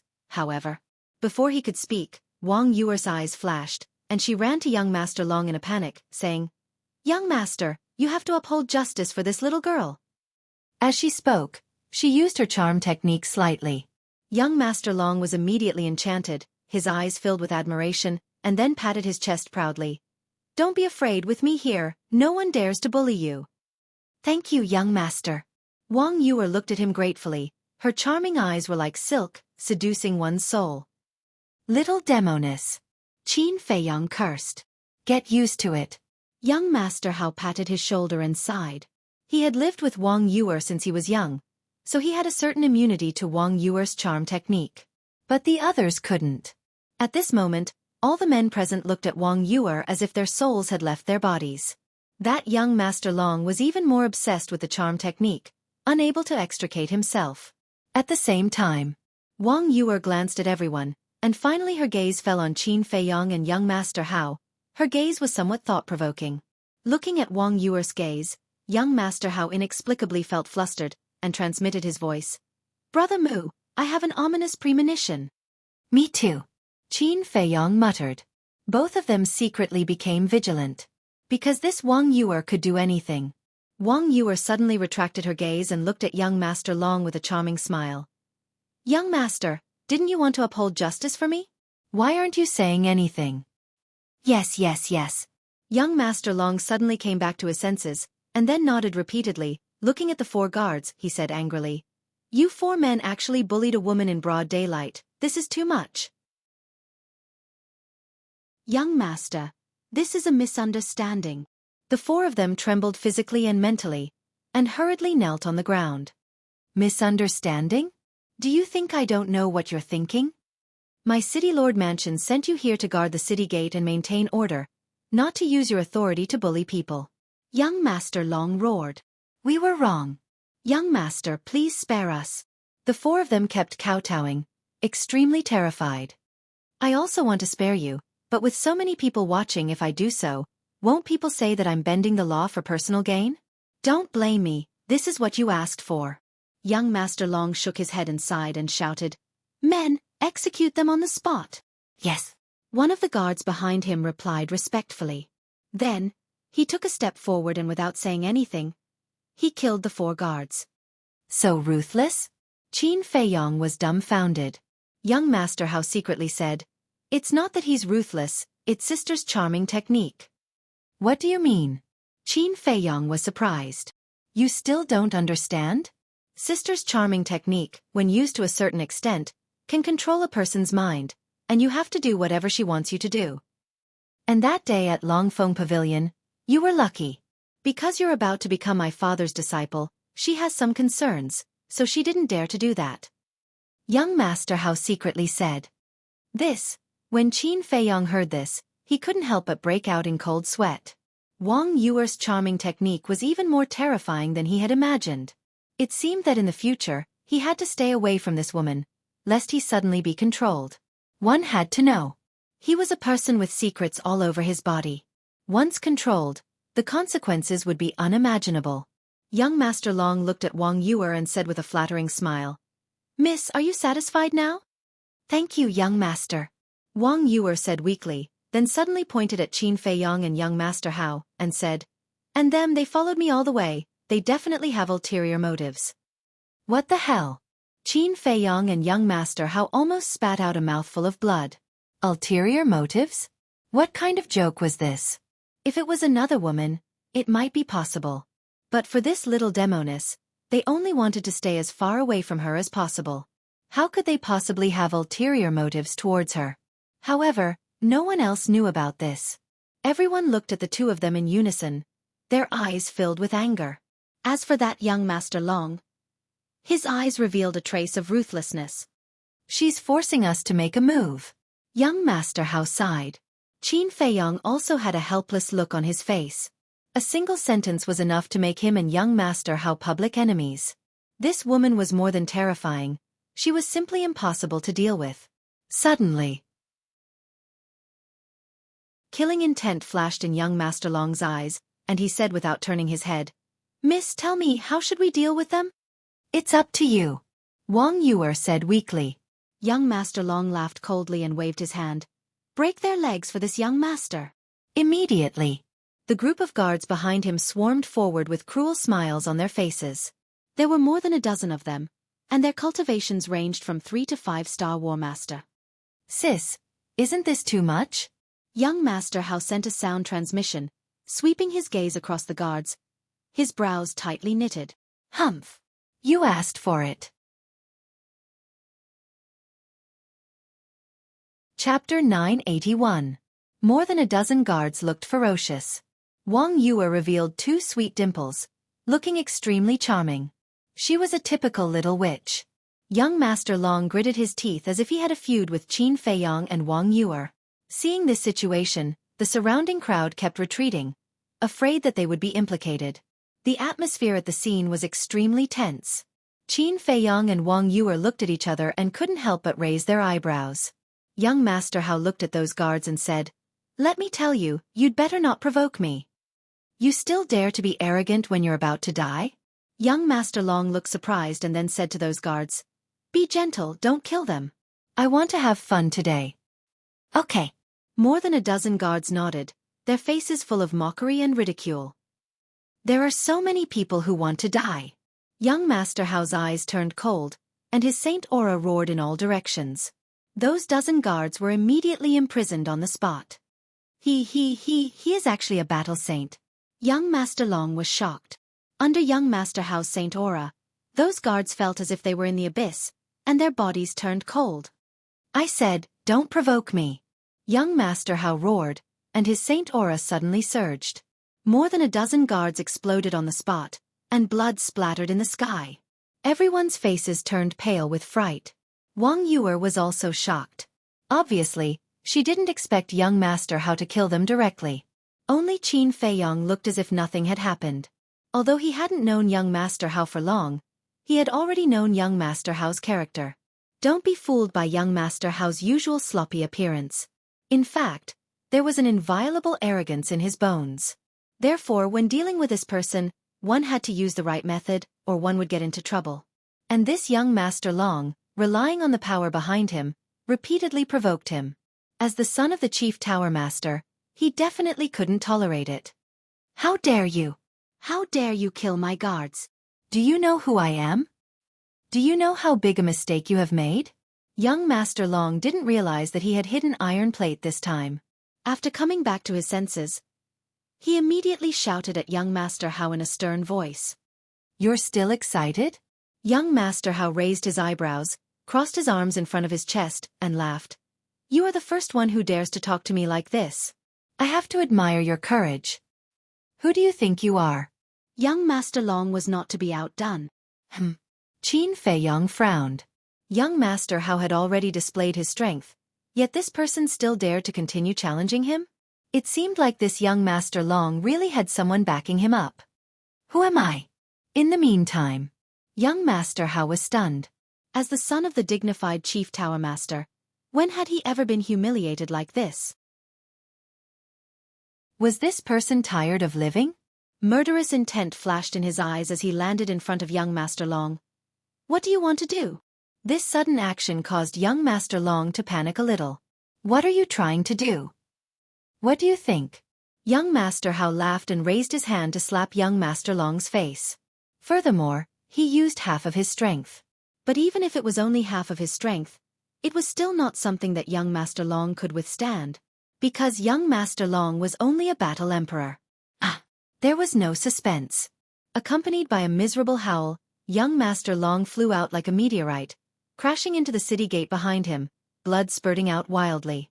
Half of his face instantly swelled up, and a blood-red palm print was extremely eye-catching. You actually dare to hit me? He laid on the ground and looked at young Master Hao in disbelief. So what if I hit you? Let me tell you, to be able to let me slap you, that is the accumulated merit of your ancestors. You should go back and burn incense. Young Master Hao said in disdain. How preposterous. I will definitely not let you off. Young Master Long spat out a mouthful of blood. He was angered by young Master Hao's words. Then he got up in a sorry state and looked at Wang Yu. Miss, don't be afraid. Come with me first. I'll bring you to settle the score with them later. You'd better pray for yourself. Wang Yu chuckled, and then entered the city without looking back. What do you mean? Young Master Long was stunned. Can't you tell? She's with us. She's just teasing you. You really took it seriously. You're really stupid. Young Master Hao shook his head and sneered. After saying that, he chased after Wang Yu. You're still too young. Qin Feiyong stepped forward and patted young Master Long's shoulder. He shook his head and smiled, then followed him into the city. Teasing me? Young Master Long was stunned, unable to regain his senses for a long time. A moment later, he looked at the crowd around him and asked, Are they really together? Everyone nodded. Young Master Long immediately flew into a rage out of humiliation and roared, Then why didn't you tell me earlier? You didn't ask. And you didn't give us a chance to speak. Everyone muttered in their hearts. At the same time, they were very nervous. Qin Feiyong and the other two did not understand young Master Long, but they did. Not only did this person have a backer, he was also narrow-minded. No one dared to offend him. Young Master Long's hands were tightly clenched together as he looked at the backs of Qin Feiyong and the other two. The killing intent in his eyes was undisguised. Just you wait. I will let you know the consequences of offending this young master. He muttered, then opened the teleportation gate and left. Only then did the people gathered here heave a sigh of relief. Following that, they began to discuss in low voices. To even dare to hit young Master Long, what kind of background did these three people have? Moreover, under the deliberate spread of the news, this matter spread from 1 to 10, from 10 to 100, and very quickly, everyone in Qinghai City knew about it. They were all shocked and in disbelief. On a bustling street, Qin Feiyong and the other two walked side by side. When the pedestrians who came and went saw them, they couldn't help but take a few more glances. It spread throughout Qinghai City so quickly. It really is as the saying goes, good things don't go out, but bad things travel 1,000 miles. Young Master Hao shook his head. Qin Feiyong laughed. This also means that young Master Long's background is not small. No matter how great his background is, can he compare to me? Young Master Hao disdained. Qin Feiyong smiled helplessly. In this forgotten continent, other than the Mu family, there really wasn't any hedonistic son who dared to compare family background with young Master Hao. Young Master Hao looked at Wang Yu who was walking in the middle and frowned. Sis, you've caused enough trouble, shouldn't you tell us now, why did you bring us to Qinghai City? I'm causing trouble? Wang Yu laughed out of anger and said, From what you're saying, you're blaming me. Did I say that? Young Master Hao had an innocent look on his face. Humph. Don't think that I don't know what you guys want to do. Let me give you a piece of advice. All of you better behave yourselves. Wang Yue coldly snorted. Young Master Hao said powerlessly, Yes, yes, yes, you're the best, you're the biggest, you can say it now. Didn't I say it already? We came to Qinghai City to prepare for going to Qinghai City. According to what I heard last night, Qinghai City is very big, and there are very few islands. Without an island, we won't be able to land. So for safety's sake, before we go, we must first buy a few water avoidance pearls. Wang Yue said. And Wang Yue's attentiveness once again made Qin Feiyong have a whole new level of respect for her. Indeed. Water avoidance pearls were indispensable when going on an adventure in the sea. Because there was a lot of water pressure in the deep sea. If one accidentally fell into the deep sea, it would be extremely dangerous. Everyone knew that. Not only were there powerful sea beasts lurking in the deep sea, but the water pressure would also affect one's strength and cause inconvenience. But it would be different with water avoidance pearls. The water avoidance pearls could isolate the water pressure, allowing one to be as relaxed in the deep sea as on land. Water avoidance pearls? Young Master Hao frowned and said, Then why didn't you say so earlier? The old man has a lot of them. I'll just go and ask him for a few. Wang Yue said, He won't give them to you. Why? Young Master Hao was suspicious. Don't you understand? This time, your father asked us to come to Qinghai City to train you. So not to mention your father, even if you go to Gongsun Bay or your friends, they won't give you water avoidance pearls. Wang Yue glared at him angrily. She had never seen such a stupid person who still didn't understand the situation. Is that so? Young Master Hao was stunned and looked at Qin Feiyong. Yes. Qin Feiyong nodded with a wry smile. In fact, young Master Hao wasn't stupid, but he just didn't use the right path. And now it seemed that the Chief Tower Master's worries were reasonable. If he didn't train him, his future would be ruined. After all this time, I'm the one who implicated you? Young Master Hao looked at the two of them with a stunned expression. What do you think? Wang Yue rolled her eyes at young Master Hao, then stopped a passerby and asked, Brother, how do I get to the trading pavilion? It's 2 blocks ahead and around the corner. The passerby said in a hurry and ran away as if he was running for his life. The three of them looked at each other. Young Master Hao frowned and said, Why do I feel that in his eyes, we are a bit of a plague? Not a bit. We are. It seems that young Master Long is really not simple. Qin Feiyong said. So what? He'd better not provoke us again, or I'll send him to hell. Young Master Hao's eyes flashed coldly. A moment later, the three of them entered the trading pavilion. Compared to the trading pavilions in Divine City, the scale of the trading pavilions here was much smaller. The whole building only had 3 floors, and the decoration was very old. But after all, it was the only trading pavilion in the Qinghai region, so there were many people coming in and out. Greetings, Mississippi. Greetings, young masters. A woman in red came up and bowed to the three of them. Wang Yue said, Do you have a water-repelling pearl here? Yes. The woman in red nodded, not surprised at all. Because most people came to the trading pavilion for the water-repelling pearl. Wang Yue was delighted and asked, How much is it? Miss, this is your first time here, right? We don't sell the water-repelling pearl. We only auction it. The highest bidder gets it, and we only auction 5 a day. The woman in red smiled. You're auctioning this thing? You're not too kind. You're clearly taking advantage of the situation. Young Master Hao said unhappily. Wang Yue also frowned and was a little dissatisfied. The water-repelling pearl was very precious and rare in the eyes of others, but for people like young Master Hao and Wang Yue, it couldn't be more ordinary. This was the difference in values between people of different levels. This is the rule set by the higher-ups. We can only follow it. Please understand. The woman in red smiled apologetically. People who stayed in the trading pavilion all year round were definitely better at reading people than others. From the conversation between young Master Hao and young Master Hao, she had already guessed that the 3 people in front of her must be extraordinary, so her attitude was more polite. It's okay. Wang Yue waved her hand and smiled. She asked, Is there an auction today? Yes. It starts in an hour. If you're not in a hurry, you can stay and watch. Because when we auction the water-repelling pearl, we will also auction other rare treasures that may be helpful for your trip to Qinghai. The woman in red said. Wang Yuer was moved. She nodded and smiled. Then please arrange a private room for us. Okay. Please follow me. After the woman in red finished speaking, she turned around and was about to lead the way. But at this moment, a group of people rushed into the trading pavilion aggressively.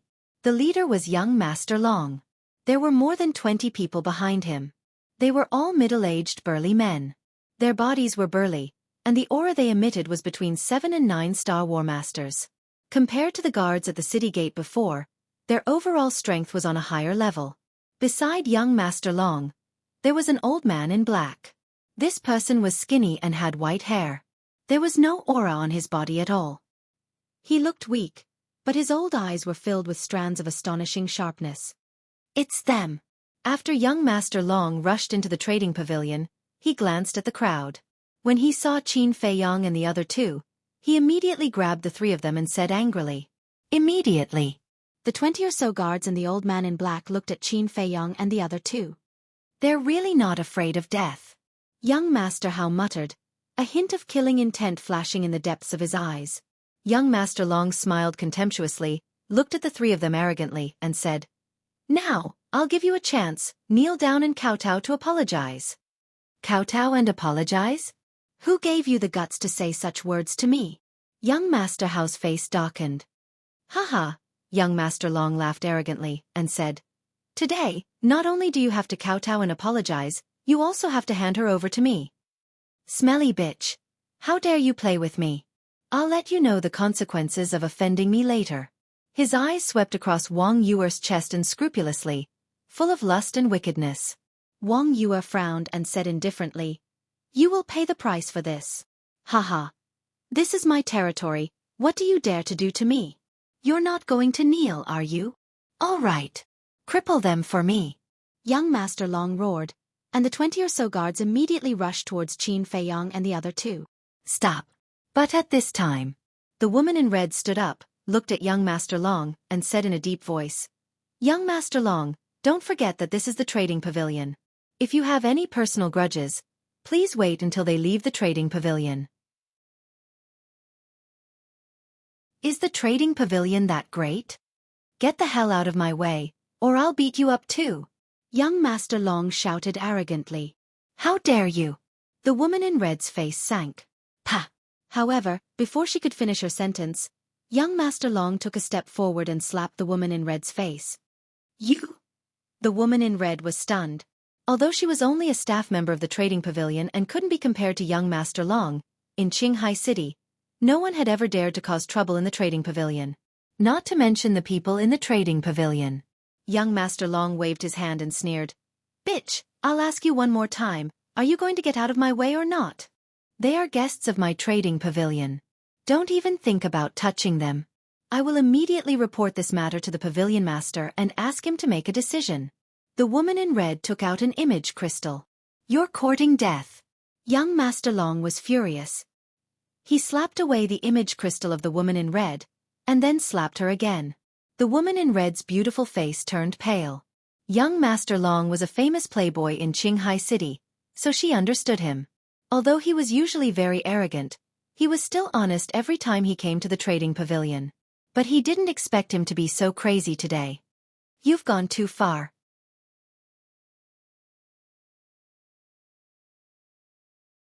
Chapter 982. Young Master Long raised his eyebrows, looked at Qin Feiyong's hand, and laughed. Do you want to be the hero to save the beauty? His smile was somewhat frightening. The woman in red cursed in her heart, and hurriedly sent a sound transmission to Qin Feiyong. Young Master, quickly stop, he is not someone you can provoke. Qin Feiyong laughed faintly. This matter was originally caused by us, speaking of which, we have implicated you, so let me end it.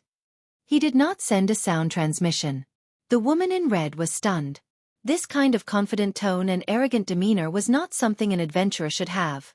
Could it be that these three people had a great background? Ha. However, young Master Long seemed to have heard the funniest joke in the world as he raised his head and laughed loudly. Qin Feiyong chuckled. Is it that funny? If it's not funny, would this young master laugh? I think you're just here to be funny. End it. How do you want to end it? Kill me? Do you have the guts? Let me tell you, as long as I lose a single strand of hair here, you can forget about leaving this Qinghai city. Ha ha. After young Master Long finished speaking, he laughed out loud again. His eyes filled with contempt. Is that so? The corner of Qin Feiyong's mouth lifted, his 5 fingers slightly exerted force, and a gotcha sound immediately resounded. He crushed young Master Long's wrist. Ah! Young Master Long, who was laughing, immediately let out a pig-like howl. Cold sweat dripped down his forehead, and his face instantly turned pale. Quickly save the young master. The 20-odd guards' expressions suddenly changed as they rushed towards Qin Feiyong. Scram! Qin Feiyong roared, his holy might roared, and his black hair fluttered in the wind. In an instant, as if struck by lightning, those guards were all sent flying, spitting out blood as they screamed miserably. He is also a war saint. The onlookers turned pale with fright. The black-clothed old man, who had been silent the entire time, couldn't help but narrow his eyes. Boom! Suddenly, a terrifying pressure rushed out from the black-clothed old man's body. This was also the holy might, and it was even stronger than Qin Feiyong. 2-star war saint. He glanced at Wang Yu and young Master Hao, then looked at Qin Feiyong and said solemnly, Qinghai City is not a place where you can behave atrociously. As soon as he finished, the black-clothed old man took a step forward. He raised his aged hand and went straight for Qin Feiyong's chest. Qin Feiyong looked at the black-clothed old man, with a hint of disdain in his eyes. Boom! And just as the black-clothed old master holy might, the black-clothed old man was immediately imprisoned, unable to move at all. This holy might. Everyone's to master, their eyes. She was also a venerable. His, and his cultivation his. Wang Yuer had concealed her aura, so everyone had always thought that she was just a pretty but useless vase. But he never expected that she was the real big BS. Here came the problem. Who was to be to these 3? The black-clothed old man's eyes were gloomy. He had obviously realized that he had hidden iron plate this time, but he wasn't nervous at all. The 3 of you, we are from the City Lord's mansion. And this young Master Long is the only son of the City Lord, so before you make a move, you'd better think carefully. The black-clothed old man said. The threat in his words was not concealed at all. The City Lord's son? Young Master Hao was stunned and frowned. You mean he is Shen Feiyun's son? How dare you? How can you call the City Lord's name directly? The black-clothed old man scolded. Young Master Hao was too lazy to pay attention to him. He looked at young Master Long, shook his head and sighed. Back then, Shen Feiyun was considered a figure in the Divine City, but I didn't expect him to teach such a scum son. The black-clothed old man was dumbfounded. Although Shen Feiyun was the City Lord of Qinghai City, he rarely appeared in front of others. As for his past deeds, there were even fewer people who knew about them. But this person actually knew. Could it be that these 3 people were from the Divine City? I want to see who has the guts to talk about me behind my back. Suddenly, a hoarse voice sounded. Following closely, a middle-aged man, holding a wine pot, staggered into the trading pavilion. This person looked to be in his 40s, with a striking scar at the corner of his eye. His face was full of stubble, his clothes were untidy, his hair was messy, and his body reeked of alcohol, like a sloppy drunkard. Greetings, City Lord. When the surrounding crowd saw this person, they all bowed. City Lord. Qin Feiyong was stunned. This drunkard was Shen Feiyun? This was too different from the Shen Feiyun he imagined. One had to know. This Shen Feiyun was once an existence that could stand shoulder to shoulder with Gongsun Bei. Even if he came to Qinghai City, he wouldn't be in such dire straits. At the same time, young Master Hao and Wang Yu looked at Shen Feiyun, their brows tightly knitted together. Obviously, Shen Feiyun's current appearance surprised them. Father, save me. Young Master Long seemed to have seen his savior and hurriedly called out. Shen Feiyun glanced at him indifferently, then looked at Qin Feiyong and the other 2. His eyes were also hazy with drunkenness. But when he saw the appearance of young Master Hao and Wang Yu, he suddenly quivered, and his drunkenness instantly disappeared. He stared at the two of them, his seemingly pale and powerless eyes filled with disbelief. What's going on? Everyone looked at each other. They had thought that Shen Feiyun would definitely fly into a rage when he saw his son being beaten in public, but they didn't expect him to reveal such an expression. Wang Yue frowned and sent a sound transmission. Elder brother Shen, we are here to gain experience, don't reveal our identities for the time being. Experience. Shen Feiyun was stunned. What was going on? Why would a young miss who was admired by countless people, a young master who lived like a prince, suddenly come out to gain experience, and even come to Qinghai City? Seeing this, young Master Long was extremely anxious and said angrily, Father, what are you doing? Quickly teach them a lesson. Bastard! Shen Feiyun was furious, and stepped forward to slap young Master Long's face. This. Everyone was stunned. What the hell was going on? It was fine if he didn't stand up for young Master Long, but why did he have to teach young Master Long a lesson? Looks like they really are big shots from the Divine City. The old man in black muttered, his heart filled with lingering fear. Even the city lord was so fearful. One could imagine how great the background of these three young people was. Fortunately, the city lord had arrived in time, otherwise, this matter would have blown up. And without any suspense. Young Master Long was also stunned by this slap. When he came back to his senses, other than disbelief, he still had a questioning look on his face. But Shen Feiyun ignored him, looked at Wang Yue and said, Can you give me some face and let my son go this time? I can let him go, but remember, discipline him more in the future. After all, not everyone will give you this face. After young Master Hao finished speaking, he nodded to Qin Feiyong. Qin Feiyong frowned. To be honest, he already had the intention to kill young Master Long. However, since young Master Hao had already promised Shen Feiyun, he couldn't refute young Master Hao's face, and finally let young Master Long go. Father, what's wrong with you?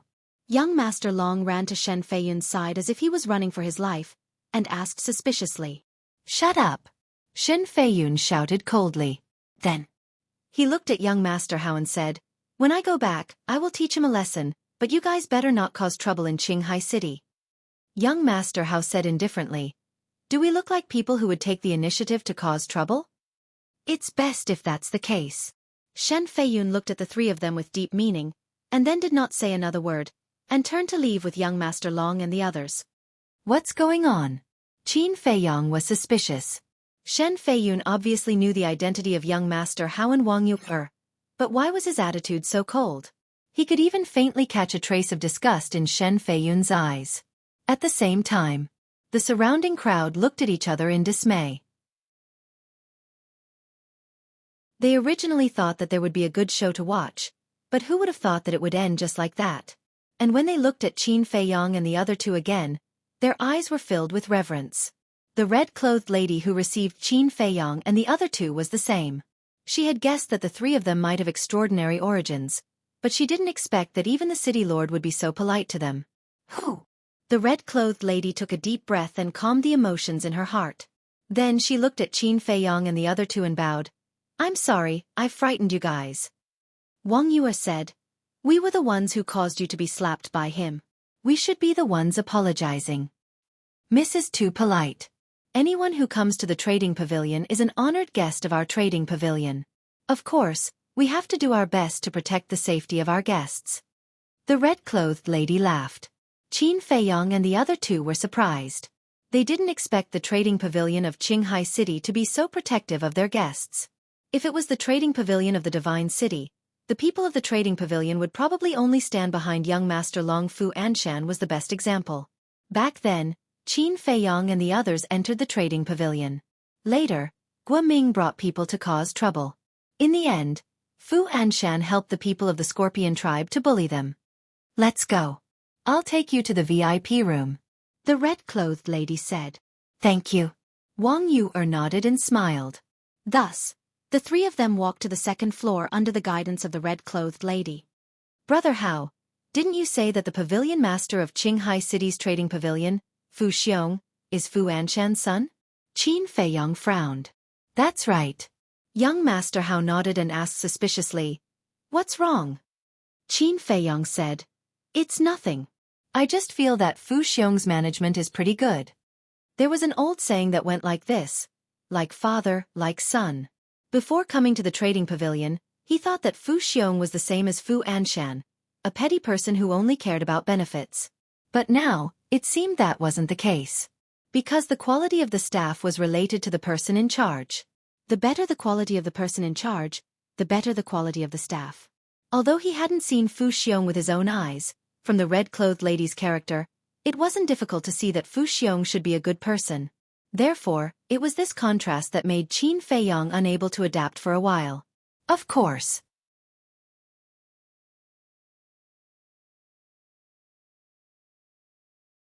Chapter 983. City Lord's Mansion. In a certain hall, Shen Feiyun was leaning against a chair, still holding a wine pot in his hand. The old man in black stood respectfully at the side. As for young Master Long, he sat opposite Shen Feiyun with his legs crossed. He looked at his father with a trace of disgust. A moment passed. The old man in black couldn't help but ask, "City Lord, who exactly are they?" Shen Feiyun remained silent. Another moment passed. He raised his head and looked at young Master Long and said, "Their identities are not simple, don't provoke them anymore." Provoke? Young Master Long raised his eyebrows and said angrily, "Are you blind? Can't you see that they provoked me first?" Impudent! Who are you talking to? Shen Feiyun was furious. I'm talking to an alcoholic. No, calling you an alcoholic is too flattering. Do you know how many people are talking about you behind your back? You're a good-for-nothing. I feel embarrassed to have a father like you, do you know that? Young Master Long slapped his face and said in disgust, "Bastard!" Shen Feiyun was unable to restrain his anger, and went forward to slap him. Young Master Long was immediately sent flying, crashing into a stone pillar behind him, blood gushing out of his mouth. However, he was not afraid at all. He stood up and shouted, "Hit me, continue. Other than hitting me, what else can you do? If you have the ability, then beat me to death today." Do you think I don't dare? Shen Feiyun was furious, and walked towards young Master Long angrily. Seeing that the situation was not good, the old man in black hurriedly went forward and grabbed Shen Feiyun, saying, "Lord, even a vicious tiger will not eat its cubs, calm down." Young Master Long said, "Uncle Nye, let him go. Anyway, I don't want to live anymore, so I might as well let him beat me to death. He can only find a sense of accomplishment on me." Young Master, stop talking. My lord, please calm down. We're all family, why do you have to make such a fuss? The old man in black tried his best to persuade him. Family? Young Master Long sneered and said, "Seeing me being beaten up, but not even daring to let out a fart, is this still a family? I think they're worse than outsiders." What do you know? Do you know who they are? Shen Feiyun shouted. I don't know who they are, but I know that I have a cowardly and incompetent father. Young Master Long sneered. Bastard! The furious Shen Feiyun blasted the black-clothed old man away with a palm strike and slapped young Master Long's face. I'll tell you who they are now. The person who killed your guards at the city gate is the son of the chief tower master, young Master Hao. That woman is Wang Su's granddaughter and the daughter of the Saint Peak Master and the Sanctum Master. As for the person who crushed your wrist, he is called Ancestor Mu. He is the direct disciple of the Chief Pagoda Master. He is also engaged to Wang Su's granddaughter. He and young Master Hao are like brothers. Tell me now, how can I help you? Chief Pagoda Master shouted. What? He actually has such a great background. The black-clothed old man was dumbfounded when he heard this. Young Master Long was also dumbstruck. Who would have thought that the origins of these three people would be so terrifying? The son of the Chief Tower Master. The Tower Master's personal disciple. She was the daughter of the Saint Peak Master and the Saint Tower Master. Any one of these identities was enough to kill him in seconds. I told you not to cause trouble, but you didn't listen. Now, you've hit an iron plate?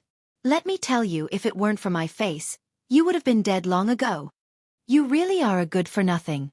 Old Nye, watch him for me. Before young Master Hao and the others leave, don't let him take half a step out of the City Lord's mansion. Shen Feiyun scolded angrily and then instructed the black-clothed old man before leaving angrily with the wine jug. Yes, I'm a good-for-nothing. But have you ever taught me well? Have you ever cared about me? You only know how to drink all day and do nothing. I'm like this because of you. You'd better drink yourself to death as soon as possible." Young Master Long roared at Shen Feiyun's back. The black-clothed old man sighed and said, "Young Master, the Lord also has his difficulties. You should speak less." "Humph."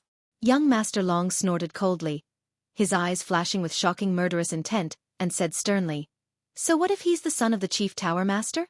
If he dares to provoke me, I will still make him pay the price."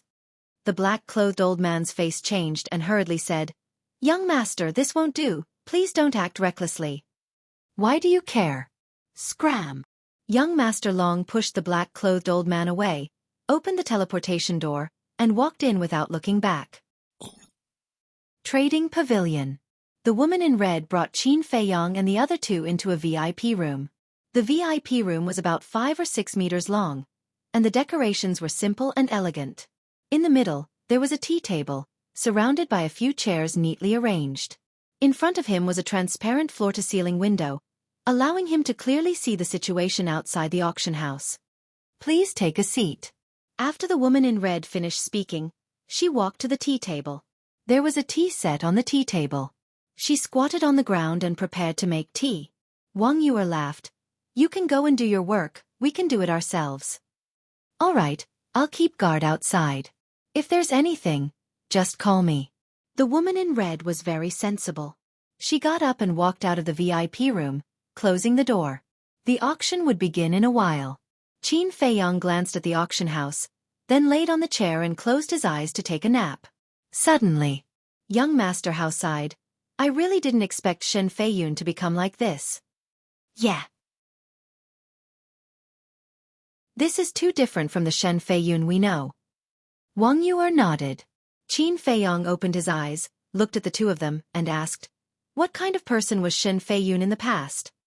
Young Master Hao said, "A person respected by the world, but also a pitiful person." "What do you mean?"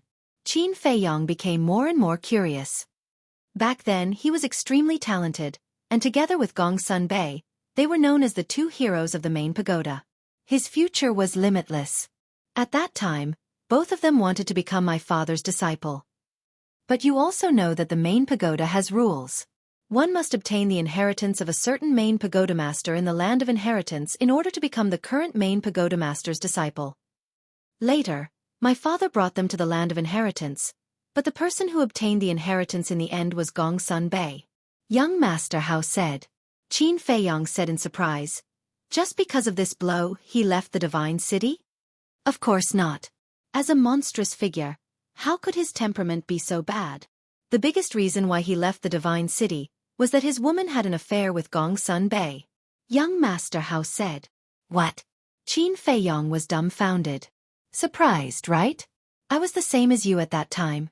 But in fact, this was a misunderstanding." Young Master Hao said. "What misunderstanding?" Qin Feiyong asked. At that time, Gong Sun Bei and Shen Feiyun were rivals and friends in the main pagoda. And the two of them were indeed fated. They fell in love with the same woman at the same time, and the three of them had a very good relationship. In the end, the woman chose Shen Feiyun, and they were already at the point of marriage. But just a few days after Shen Feiyun returned from the land of inheritance, one evening, he found that woman and Gong Sun Bei together in a secluded valley in the main pagoda's holy land, and they were whispering sweet nothings to each other. Shen Feiyun thought that the two of them were secretly having an affair behind his back. He also thought that the woman was vain. When she saw that Gong Sun Bei had become the main pagoda master's disciple, she took the initiative to throw herself at him. So in a rage, Shen Feiyun directly killed the woman and fought with Gong Sun Bei. In the end, even my father was alarmed.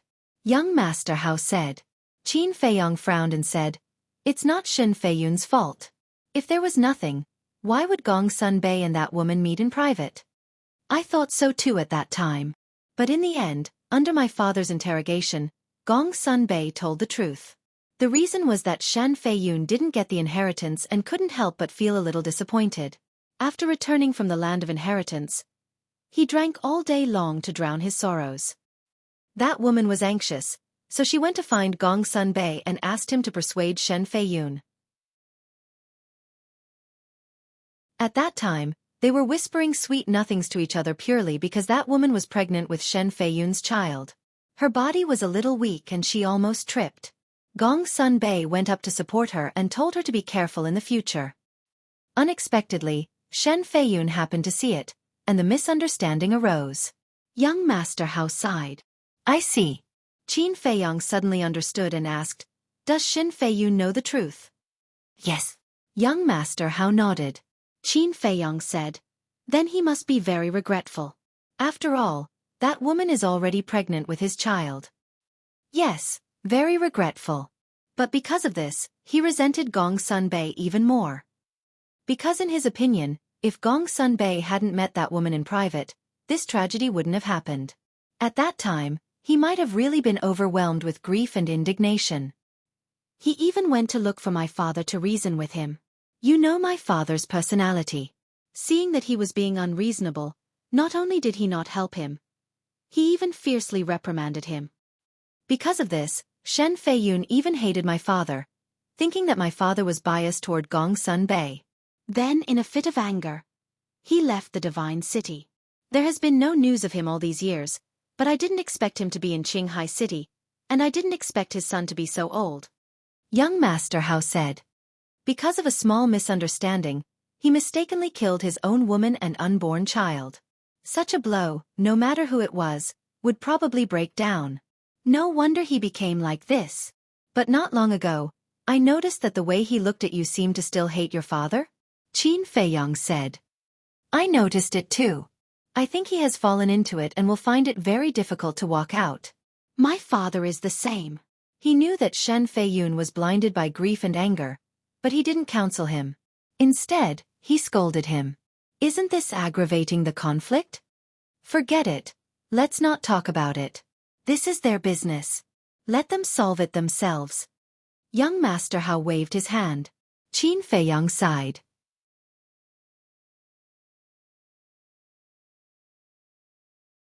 Chapter 984. At the same time. In the lounge of the trading pavilion. A capable middle-aged man sat in front of the coffee table, slowly drinking tea. Opposite this person, there was a thin young man, who was also a staff member of the trading pavilion. He was saying something to the middle-aged man. Sir, that's what happened. A moment later, the thin young man finally finished speaking. There are still people in Qinghai City that Shen Feiyun is afraid of? The middle-aged man's eyes were filled with surprise as he asked, What do those 3 people look like?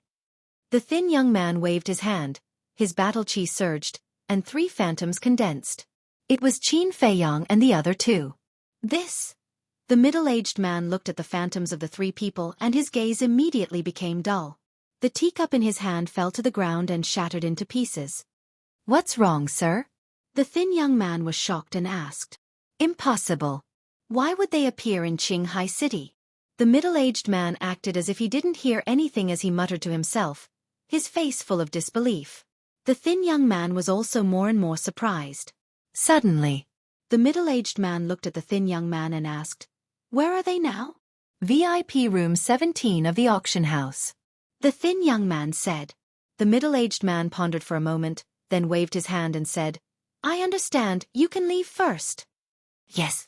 The thin young man respectfully replied, then bowed and left, closing the door. The middle-aged man also lowered his head and pondered. Dong dong. Soon. There was a knock on the door. The middle-aged man took a deep breath, looked up at the door and said, Please come in. The door opened, and a purple-clothed young man strode in. It was young Master Long. Nephew, why are you here? The middle-aged man looked at young Master Long in surprise.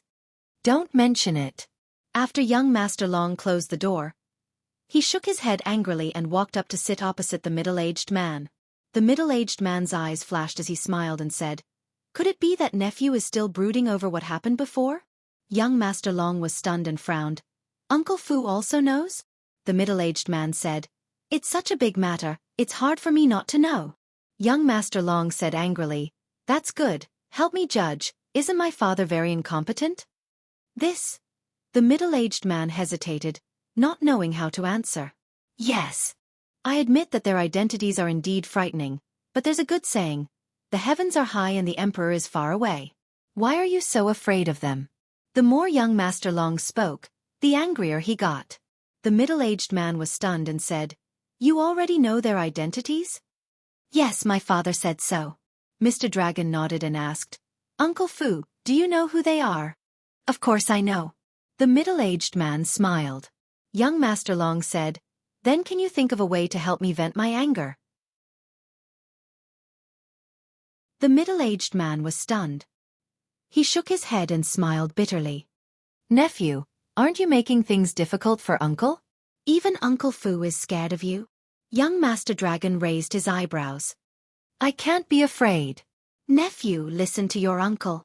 Don't think about revenge anymore. We can't afford to offend the three of them." The middle-aged man sighed. "I can't afford to offend him." Young Master Long muttered as strands of fierce light suddenly burst out from his eyes, and he said, "I won't stop until I vent my anger." "Why are you so stubborn?" "If you continue like this, Uncle will be angry," the middle-aged man said with a straight face. Young Master Long was incomparably angry, and he said, "At any rate, you are people of high status in Qinghai City. I really don't understand. Why are you afraid of them?" "Nephew, you have to understand a principle. Some people are born not to be offended." The middle-aged man sighed. "I really don't believe in this. Since Uncle Fu is not willing to help, then I'll take my leave." Young Master Long snorted coldly, stood up and walked towards the door angrily. Looking at young Master Long's back, the middle-aged man's eyes flickered, and he suddenly said, "Nephew, wait." "What?" Young Master Long stopped and asked without turning his head. "You really want to take revenge?" The middle-aged man said. "Yes." Young Master Long nodded without hesitation. The middle-aged man frowned and said, "Aren't you afraid of their revenge?" "No." Young Master Long said. The middle-aged man was surprised and said, "So confident, do you already know the grudge between your father and the Chief Tower Master?" "What?" Young Master Long turned to look at the middle-aged man and said in surprise, "What grudge do they have? I didn't know at first." "It's a long story, and this is also a scandal, I can't tell you." The middle-aged man shook his head. Young Master Long said impatiently, "Uncle Fu, can you be a man? Don't be so wishy-washy." "You brat. Who are you talking to?" The middle-aged man glared at him and said, "I can tell you, but you can't tell anyone else." "Okay." Young Master Long nodded. "When your father was young, he was a peerless genius in Divine City, and his future could be said to be bright." The middle-aged man said. "What?" "Father stayed in Divine City." Young Master Long was surprised. "No, your father was originally from Divine City." The middle-aged man said. "This?" Young Master Long was dumbfounded. "Very shocking, right?" "Not only that, when your father was young, he almost became the Chief Tower Master's disciple." The middle-aged man laughed. Young Master Long frowned and said, "Then why did he come to this place where birds don't lay eggs?" "Because of deceit, suppression. Speaking of this, I have to mention another person. This person is called Gong Sun Bei, and he is now the Hall Master of the Oracle Hall. He has a high position and power.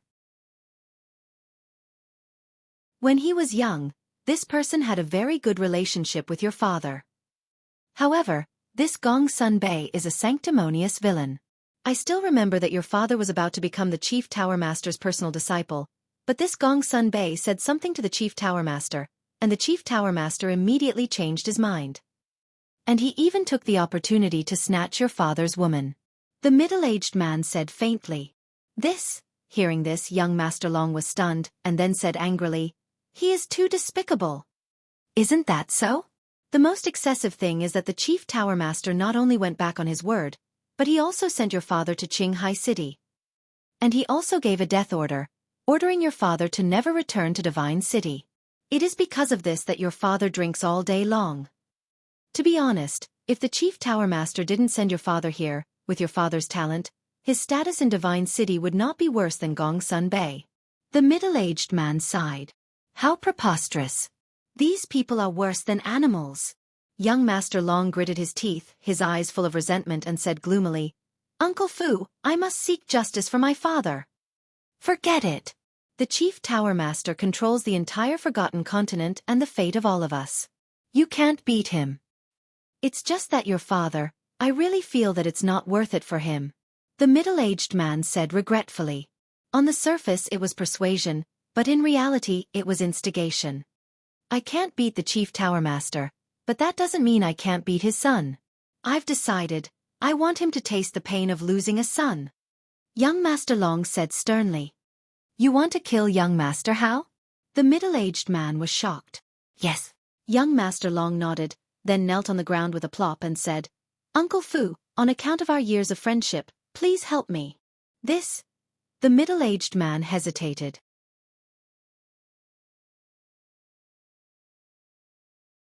Chapter 985. The middle-aged man lowered his head to look at young Master Long, as if it was very difficult for him to make a decision, and sighed. Nephew, why are you doing this? Fine, since you are so sensible and filial, Uncle will help you this time. Thank you, Uncle Fu. Young Master Long was overjoyed. The middle-aged man smiled and said, Don't kneel, quickly get up. Young Master Long got up and returned to his seat, asking, Uncle, do you have any brilliant ideas? Let me think about it first. The middle-aged man pondered. Time passed by just like that. Suddenly, the middle-aged man's eyes flashed as he stood up and said, Wait a moment, I'll be right back. Without waiting for young Master Long's response, he hurriedly walked out of the lounge. In less than 100 breaths, he returned with an exquisite jade box in his hand. With this thing I guarantee that you will succeed. The middle-aged man sat on the chair and smiled, then pushed the jade box in front of young Master Long. Young Master Long grabbed the jade box and opened the lid. At first, a trace of suspicion crawled up in his eyes, but it was quickly replaced by a ray of light. At the same time, in the VIP room, Qin Feiyong and the other two were sipping tea while chatting, waiting for the auction to begin. Dong. Finally, with the sound of a bell, the auction began. In addition to the various VIP rooms, the outside was already packed with people. When the bell rang, the originally noisy auction house immediately quieted down. Shwa! Immediately after, a woman in white appeared out of thin air on the high platform in the middle of the auction house. Looking around at the audience, the woman in white smiled and said, I believe that most of you are no stranger to me, so I don't need to introduce myself and will directly start the auction. As soon as she finished, the woman in white waved her hand, and a palm-sized boat appeared out of thin air in front of her. The treasure light was hazy, and the aura was astonishing. This ship is called the Saint King ship. It is a sacred artifact that can isolate the wind and waves of the sea and stop the attacks of the saint beasts. It can be said that as long as you have it, everyone can basically move unimpeded in the outer sea. The woman in white introduced with a smile. Sacred artifact. In an instant, the entire auction house was in an uproar. Qin Feiyong was also shocked. He turned to look at Wang Yuer and said, Even a sacred artifact, isn't this too much? Don't be surprised. Wang Yuer rolled her eyes at him. Qin Feiyong's face twitched. He was actually despised by this woman. Looking at Qin Feiyong's expression, young Master Hao shook his head with a smile and said, Brother Mu, this time, sister really isn't targeting you. What do you mean? Qin Feiyong frowned. Although saint artifacts are precious, the Divine City's exchange pavilion will auction off 1 or 2 every few years. Therefore, to people like us from the Divine City, auctioning sacred artifacts is no longer a rare thing. Young Master Hao said with a smile. I see. Qin Feiyong nodded. But even so, it was still shocking enough. After all, this was a saint weapon that was comparable to a 9-star battle saint. Its value could not be measured by gold coins. As if he had seen through Qin Feiyong's thoughts, young Master Hao smiled faintly and said, Sacred artifacts naturally cannot be measured by gold coins. Furthermore, the transaction pavilion does not expect to make money from these sacred artifacts. They do not care about this little bit of money either. It is purely a means of doing business. Qin Feiyong nodded. Indeed. With the wealth of the transaction pavilion, it did not matter even if they gave away a few sacred artifacts for free. Wang Yuer suddenly said, This sage king, we have to get it. With it, it will indeed be much more convenient for us to enter Qinghai. But the key is, who will pay for it? Young Master Hao looked at Wang Yuer and Qin Feiyong. Why are you looking at me? Wang Yuer raised her eyebrows. Young Master Hao shrugged and said, I have no money. Of course, I have to look at you. The son of the chief tower master had no money? If this was spread out, he would definitely be laughed at, but it was the truth. Because usually, except for pocket money, he basically did not carry any money with him. And his pocket money was obviously not enough to bid for this sage king. I don't have it either. Even if you do, I won't pay for it. Wang Yuer said indifferently. Why? Young Master Hao was very dissatisfied. They had come out to train together. What was there to share? Because of my ability. Without me, even if you get the Sage King, you can't revive it. A sacred artifact that can't be revived has no value at all. Wang Yuer said indifferently. Young Master Hao was stunned, and then he couldn't help but feel a headache. Then he looked at Qin Feiyong and said with a sneaky smile, Brother, it seems that we have to rely on you. As an alchemist, Qin Feiyong could refine a peerless pill like the Xueqi yellow dragon pill. He would not believe that he did not have money. But Wang Yuer did not know that the Xueqi yellow dragon pill was refined by Qin Feiyong. Hearing young Master Hao's words, she immediately rolled her eyes and said, How can he afford a sacred artifact? What do I look like? Let me tell you, don't look down on people. Qin Feiyong's face darkened. Wang Yuer said disdainfully, Then prove it to me. But I have a condition. If I buy the Sage King in the end, not only do you have to listen to my every word during the journey, but you also have to be my maid for 2 years and follow me whenever I call. Qin Feiyong said. You're quite ambitious. You actually want me to be your maid? Aren't you afraid that the wind will cut your tongue? Wang Yuer gnashed her teeth. You don't dare. It turns out that you're just Zozo. Qin Feiyong sneered. Who says I don't dare? I'll bet with you. I want to see how capable you are. Wang Yuer snorted coldly, looked at the auction house, and said no more. Young Master Hao glanced at Wang Yuer and secretly gave Qin Feiyong a thumbs up. He chuckled and said, Brother, good move. He did not doubt Qin Feiyong's ability at all. And as long as Qin Feiyong won, not only would they regain the right to speak, but they would also be able to subdue this demoness. Then, the journey would naturally be much more peaceful. It could be said that it was killing 2 birds with 1 stone. Qin Feiyong smiled faintly and asked, I heard the woman mention the outer sea just now. Where is the outer sea? You don't even know that? You're too lame. Young Master Hao glanced at him speechlessly and explained, Qinghai is composed of 2 parts, the outer sea and the inner sea. Relatively speaking, the outer sea is safer, and the inner sea is basically filled with saint beasts. Qin Feiyong nodded. At this time, the woman in white standing on the high platform finally finished her introduction and then said, The starting price is 10 million, and each bid must be no less than 1 million. There is no upper limit. Let's start now. 11 million, 12 million, 13 million, 30 million, 50 million, 90 million, 100 million. The auction house immediately burst into shouts. In less than 100 breaths, the price broke through the 100 million mark. Everyone's face turned red.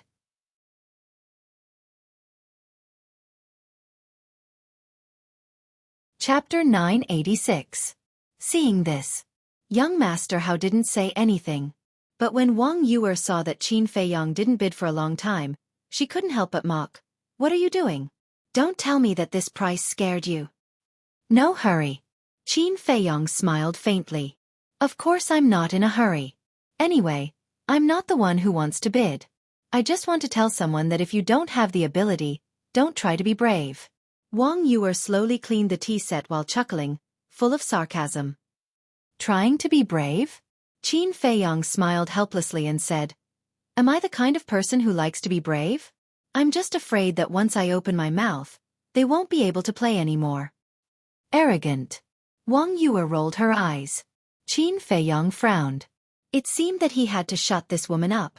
Otherwise, she would keep nagging and annoying. 1 billion. He said without hesitation. Wang Yuer was stunned and looked quite surprised. Because the current bidding price of the Saint Kingship was only about 300 million. In other words, Qin Feiyong had added nearly 700 million. 700 million. For her, it was nothing. But for the people of Qinghai City, Most of them could only look at the dust. At the same time, the people in the auction house and other VIP rooms also looked at the VIP room where Qin Feiyong was. Who is this, increasing the price by so much at once? Isn't this deliberately making trouble? Everyone murmured. There was shock. There was dissatisfaction. There were also many people who fell silent, because this number had exceeded their bottom line. 1 billion. Suddenly, an exceptionally loud voice sounded, coming from the VIP room next to Qin Feiyong's with insufferably arrogant tone. Qin Feiyong raised his eyebrows. Wang Yue revealed a gloating smile and said, as the son of Qinghai City's city lord, in terms of wealth, I'm afraid no one here can compare with him. I think you should give up. That's right. The owner of this voice was young Master Long. Him? Are you kidding? Qin Feiyong's eyes were filled with disdain. If it was young Master Hao, he might still consider it. However, this young Master Long was simply a profligate from head to toe. Such a person, no matter how high their status or background, would not be able to enter his eyes. Hearing young Master Dragon's voice, the rest of the people also came to their senses and thought of Qin Feiyong. Looks like they're going to have another fight here. Yeah, we'd better be tactful and not fight with them. We can't win anyway. But speaking of which, where exactly did those 3 people come from? Why did they cause such a commotion the moment they arrived in Qinghai City? People were confused. No one raised the price again, because they understood that this was a shapeless battlefield, and the slightest carelessness would bring disaster upon themselves. On the high platform, that white-clothed woman also cast a meaningful glance at Qin Feiyong and young Master Long's VIP room. She smiled and asked, 1 billion. Is there anyone else who wants to raise the price? Wang Yue teased. Hey, say something. Otherwise, others will think that you're scared by him. Qin Feiyong raised his eyebrows and said, don't use such a childish method to provoke me, okay? I'm happy to. Wang Yue looked at him proudly. Sigh. Qin Feiyong let out a deep sigh. When this woman is unreasonable, it's really troublesome. He looked at the auction house and said indifferently, 2 billion. Oh my god. He actually increased the price by 900 million. How rich is he? Everyone was dumbfounded. The smile on Wang Yuer's face also froze. Could it be that this bastard was really rich? She couldn't help but suspect. 1 billion. Next door. Young Master Long's voice also sounded. It was very calm. It was as if this 2 billion was just a drop in the ocean in his eyes. Qin Feiyong took a sip of tea and said indifferently, 10 billion. His tone was even calmer than young Master Long's. But Wang Yue was not calm. 10 billion gold coins, if it were her parents, might not be much. After all, the 2 of them were one of the highest authorities in the Forgotten Continent. But in front of her, it was an astronomical figure. Young Master Hao was also dumbfounded. This guy was too scary. He opened his mouth and said billions, tens of billions. How much wealth did he have to dare to bid so unscrupulously? Those people outside also couldn't help but suck in a breath of cold air. Everyone's face was full of shock. Young Master Long, who was next door, suddenly stood up when Qin Feiyong said this price. His face was full of disbelief. 10 billion. This was too crazy. After a while he came back to his senses and said gloomily, although you and I are both bidders and have no right to ask about your financial resources, now I have to wonder if you have so many gold coins? You don't need to worry about that. Qin Feiyong said with a faint smile. Young Master Long gritted his teeth and said, that's the best 1 billion. Qin Feiyong laughed and said, aren't you the son of the city lord? Do you still care about this little money? 20 billion. The whole auction house suddenly fell into a dead silence. Wang Yue said angrily, directly increasing the price by 10 billion, are you crazy? According to the current situation, the Saint Kingship obviously couldn't afford so much. Qin Feiyong said, this is my business, don't interrupt. Yes. This is his money. What does it have to do with me? Why should I feel bad? Wang Yue was stunned and coldly snorted. Fine, I was kind enough to do bad things, do as you like. At the same time, young Master Long stood in front of the floor-to-ceiling window in a daze. 10 billion was already beyond his ability, but he didn't expect that the other party would increase the price by 10 billion without saying anything. More importantly, when the other party increased the price, he didn't hesitate at all, as if 20 billion was not worth mentioning in his eyes. He was about to explode. Originally, he wanted to use this opportunity to suppress Qin Feiyong's prestige and regain some face, but it was the opposite. If this continued, the person who would be embarrassed in the end would be him. Once or twice, everyone would just laugh, and after a while, they would forget about it. But if there was a third or fourth time, then he would never be able to raise his head again in Qinghai City. Yes! I can't lose to him again. His eyes turned cold as he looked at the woman in white on the high platform and shouted. He must be bidding randomly. Take him down immediately and interrogate him. The woman in white looked at young Master Long's VIP room and then looked at Qin Feiyong's VIP room with a hesitant expression. Obviously. She also suspected that Qin Feiyong might be deliberately causing trouble. But in the end, she didn't ask anything and smiled at young Master Long's VIP room. Although my Qinghai City's trading pavilion is not as good as other places' trading pavilions, I believe that no one would dare to cause trouble here. Young Master Long's face sank. No matter what, I don't believe that he really has 20 billion gold coins. Hehe. In terms of family background, I might not be able to compare to you, but in terms of wealth, it's not that I look down on you, but even if you go bankrupt, you might not even have a tenth of me. Qin Feiyong said with a faint smile. His contempt undisguised. Aren't these words a bit arrogant?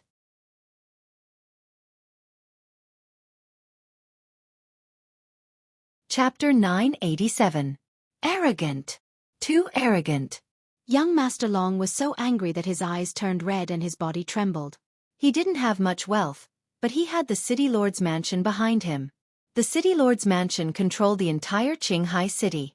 Although they weren't as rich as a country, at least in this place, other than the trading pavilion, no one dared to say that they were as rich as the City Lord's mansion. Even if the other party was the direct disciple of the Chief Tower Master, it was impossible for him to have such wealth. 1 billion. Young Master Long bid. This was no longer a personal problem, but a matter of the City Lord's mansion's reputation and face. 30 billion. The corner of Qin Feiyong's mouth lifted, and he casually added another 10 billion. Bastard. Young Master Long couldn't hold it in anymore. He felt that it was too exaggerated and extravagant to raise the price by 100 million, but the other party actually raised the price by 10 billion repeatedly. This was a blatant humiliation to him. Qin Feiyong smiled faintly and said, If you're not happy, you can also raise the price by 10 billion. Are you trying to provoke me? All right, I'll fulfill your wish. I'd like to see how capable you are. 40 billion. Young Master Long's gloomy voice sounded. Amazing. But let's see how you're going to deal with this next move. Not much, 100 billion. Qin Feiyong chuckled. What? Wang Yuer and young Master Hao suddenly stood up and stared at Qin Feiyong in shock. Their eyeballs were about to fall out. The people outside the auction house were also dumbfounded and couldn't come back to their senses for a long time. Even the white-clothed woman on the high platform was in disbelief. 100 billion wasn't much? Although sacred artifacts were priceless, the trading pavilion had never thought of making money when they were auctioned. They purely wanted to gain popularity, so the highest price in the history of the trading pavilion was only about 50 billion. But now, it was actually twice as much as before. What was the background of this young man to be so generous? She still didn't know Qin Feiyong's identity, so she was very puzzled. Young Master Long, on the other hand, went completely crazy. He directly increased the price to 100 billion, which was clearly to embarrass him. How is it? Is it okay? If you can't, then don't force yourself. Qin Feiyong said with a faint smile. Young Master Long didn't reply. To be honest, 100 billion had already far exceeded his expectations. If this continued, his father would not let him off easily. However, if he gave up just like that, who knew how many people would laugh at him behind his back in the future? 100 billion. Is there anyone else? Asked the woman in white. She looked at Mr. Long's VIP room with anticipation. She understood young Master Long's personality. Calling him a silk pants was too flattering. He was simply an arrogant idiot. Perhaps he would really fight this person to the end. Qin Feiyong said indifferently, I believe that not many people in Qinghai City can afford this price. Just announce the results. Crazy. But he does have the right to be arrogant. People murmured. On the one hand, they were a little unhappy when they heard Qin Feiyong's words. Because Qin Feiyong was talking about Qinghai City. In other words, this included them as well. But on the other hand, they were powerless to refute, because the other party did have the qualifications to look down on them. Then there was young Master Long. He stood in front of the floor-to-ceiling window, his hands clenched tightly together, his eyes spewing thick flames of anger. He was feeling that his self-esteem was being ruthlessly trampled on. His face was about to distort. 101 billion. Suddenly, he gritted his teeth and roared. Obviously, he had reached his limit and didn't dare to continue. In other words, this was the last time he would raise the price. In fact, he was just gambling. If Qin Feiyong didn't raise the price, then he would win and regain some face. But if Qin Feiyong continued to raise the price, then he would lose completely. Continue?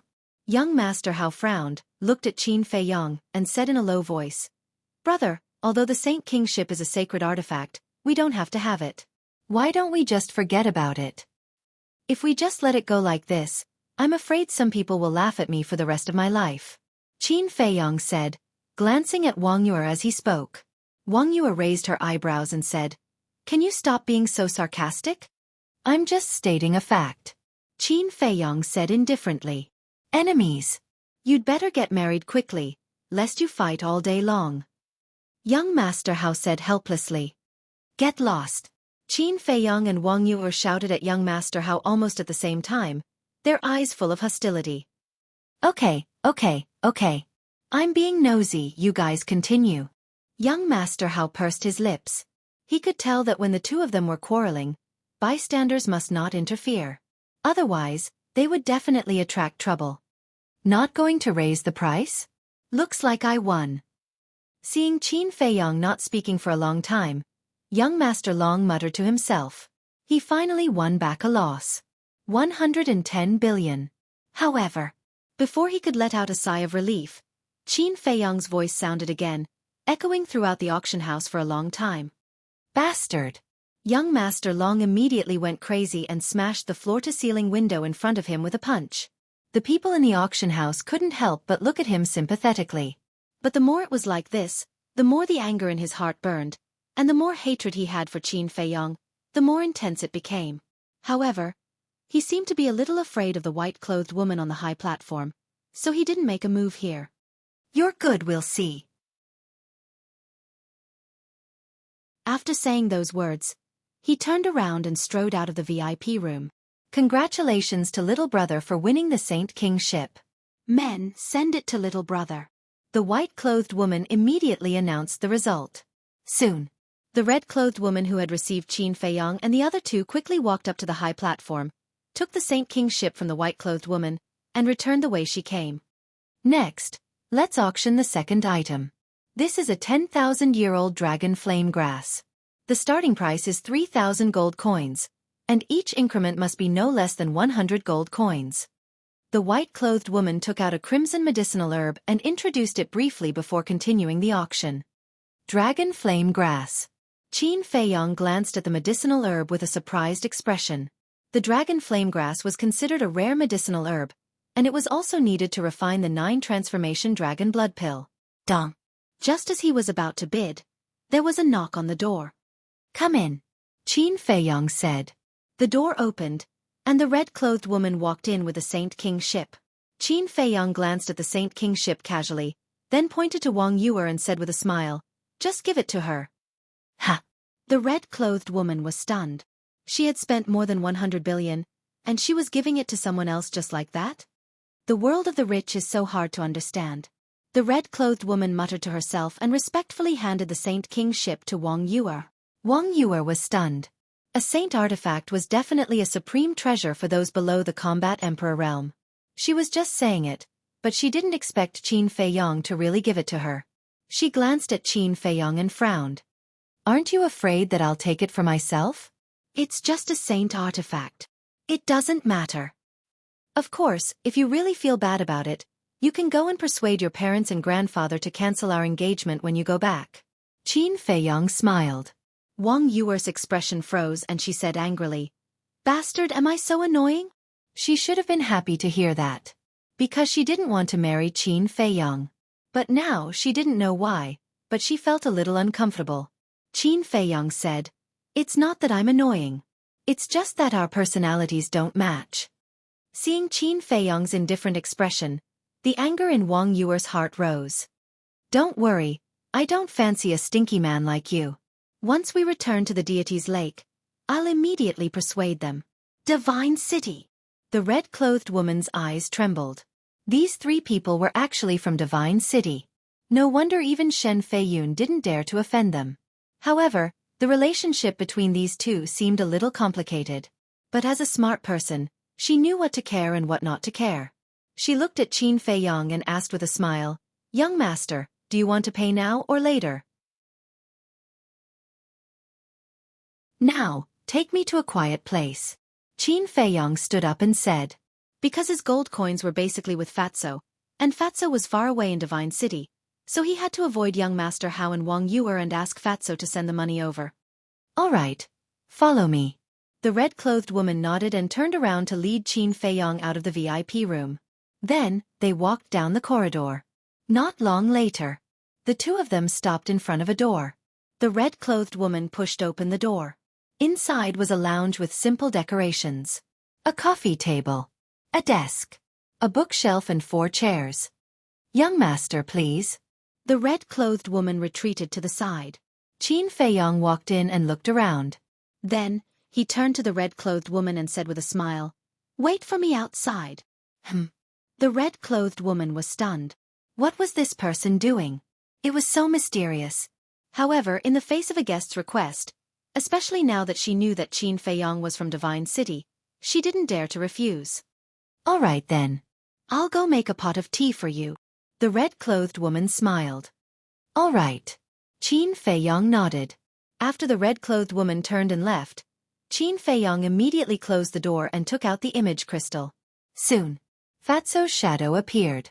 Qin Feiyong said, "Immediately send me 110 billion gold coins." "So much?" Fatso was stunned, and couldn't come back to his senses for a long time. Qin Feiyong rolled his eyes at him and urged, "I don't have time to talk nonsense with you, hurry up." Fatso said, "Then you have to tell me where you are now, right?" "I'm in Qinghai City." After Qin Feiyong finished speaking, he gave the coordinates to Fatso.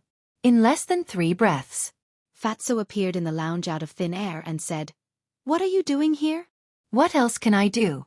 Of course I'm going to Qinghai City," Qin Feiyong said helplessly. Fatso frowned. "Then what did you do with the 110 billion? Qin Feiyong explained it in a few words. "Are you kidding me? A sacred artifact was given to Wang Yuer for nothing? Are you a prodigal?" Fatso immediately said angrily. But complaining was complaining. He still had to give the gold coins. After all, this wealth was earned by Qin Feiyong, and he was at most a butler. After sorting out the 110 billion gold coins, he put them in an empty Chenkuan bag and threw them to Qin Feiyong. Then he asked, "Do you want me to go and help?" Qinghai City was dangerous and unpredictable. He was a little worried that Qin Feiyong would go alone. Qin Feiyong thought for a moment, then shook his head. "I don't need it now, but I might need it in the future. In short, wait for my news at any time." "All right." Fatso nodded. Dong. At this time, there was a knock on the door. "Young master, are you done?" The red-clothed woman's voice also sounded. Qin Feiyong looked at Fatso and said, "Let's go." "Be careful," Fatty reminded in a low voice. Then, he opened the teleportation gate and walked in. When the portal dissipated, Qin Feiyong sat in front of the tea table, looked at the door and said, "Come in." The red-clothed woman pushed the door and entered, carrying an exquisite tray with a teapot on it. The fragrance of tea assailed the nose. Qin Feiyong put the Chenkuan bag that Fatso gave him on the tea table and said with a smile, "The gold coins are all here, you can count them." The red-clothed woman looked at the Chenkuan bag and put down the tray. She first poured tea for Qin Feiyong, then grabbed the Qiankuan bag to check. Qin Feiyong also picked up the teacup and slowly tasted it. Time passed breath by breath. Suddenly, Qin Feiyong's body stiffened. He looked down at the teacup in his hand, his eyes full of surprise. The next second, his arm trembled, and the teacup fell to the ground and shattered into pieces. At the same time, his whole body twitched crazily, his mouth foamed, and his face quickly turned black. "Young master, what happened to you?"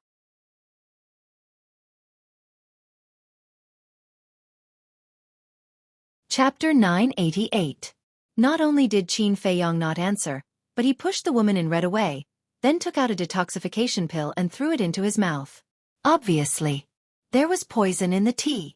However, after taking the detoxification pill, he didn't get any better. The poison had even spread to his whole body and converged towards his heart. The corners of his mouth began to turn purple, and his consciousness was dissipating. What kind of poison is this, so terrible? Qin Feiyong was surprised. He took a detoxification pill with 5 veins. Even if it was highly toxic, it could also have a mitigating effect. "Young master, what's wrong with you?" The woman in red was very anxious. "Give me the teapot," Qin Feiyong shouted weakly.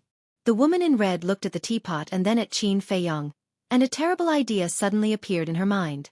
She didn't dare to hesitate any longer, and immediately did as she was told, grabbed the teapot and brought it to Qin Feiyong.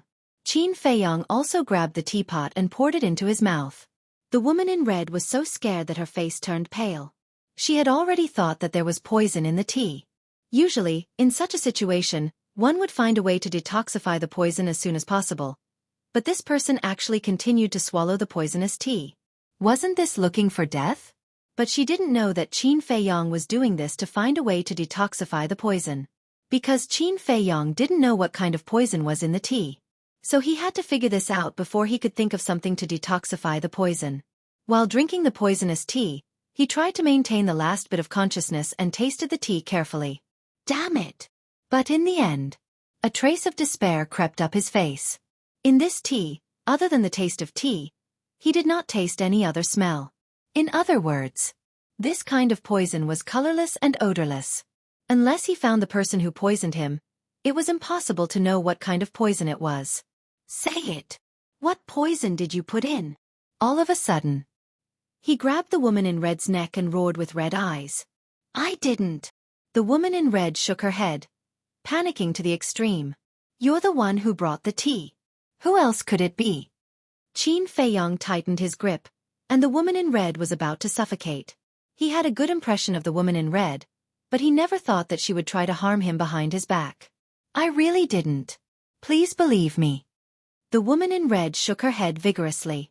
Her eyes were filled with tears as she felt wronged. "It's really not her? Then who is it?" Qin Feiyong frowned. However, the poison had attacked his heart and was crazily eroding his mind, making it impossible for him to seriously consider this problem. "It's me." But at this moment, a cold laugh rang out. Young Master Long pushed the door open and entered. He had a cruel smile on his face as he said, "How is it?" The bloodthirsty scorpion's venom isn't bad, right? Bloodthirsty scorpion. Qin Feiyong's eyes trembled. Xiao Chen was not unfamiliar with this venom. Back at the Dragon Phoenix Pavilion, Guofeng had wanted to use this venom to harm him. The detoxification pill had not been able to remove it. Once consumed, one would lose their life. This person was truly vicious.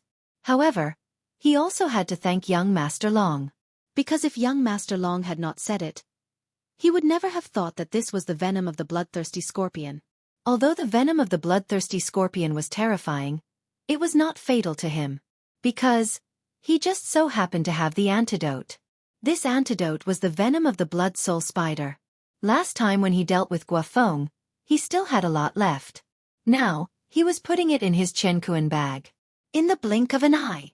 After knowing that it was the venom of the bloodthirsty scorpion, he immediately searched for it in his Qiankuan bag.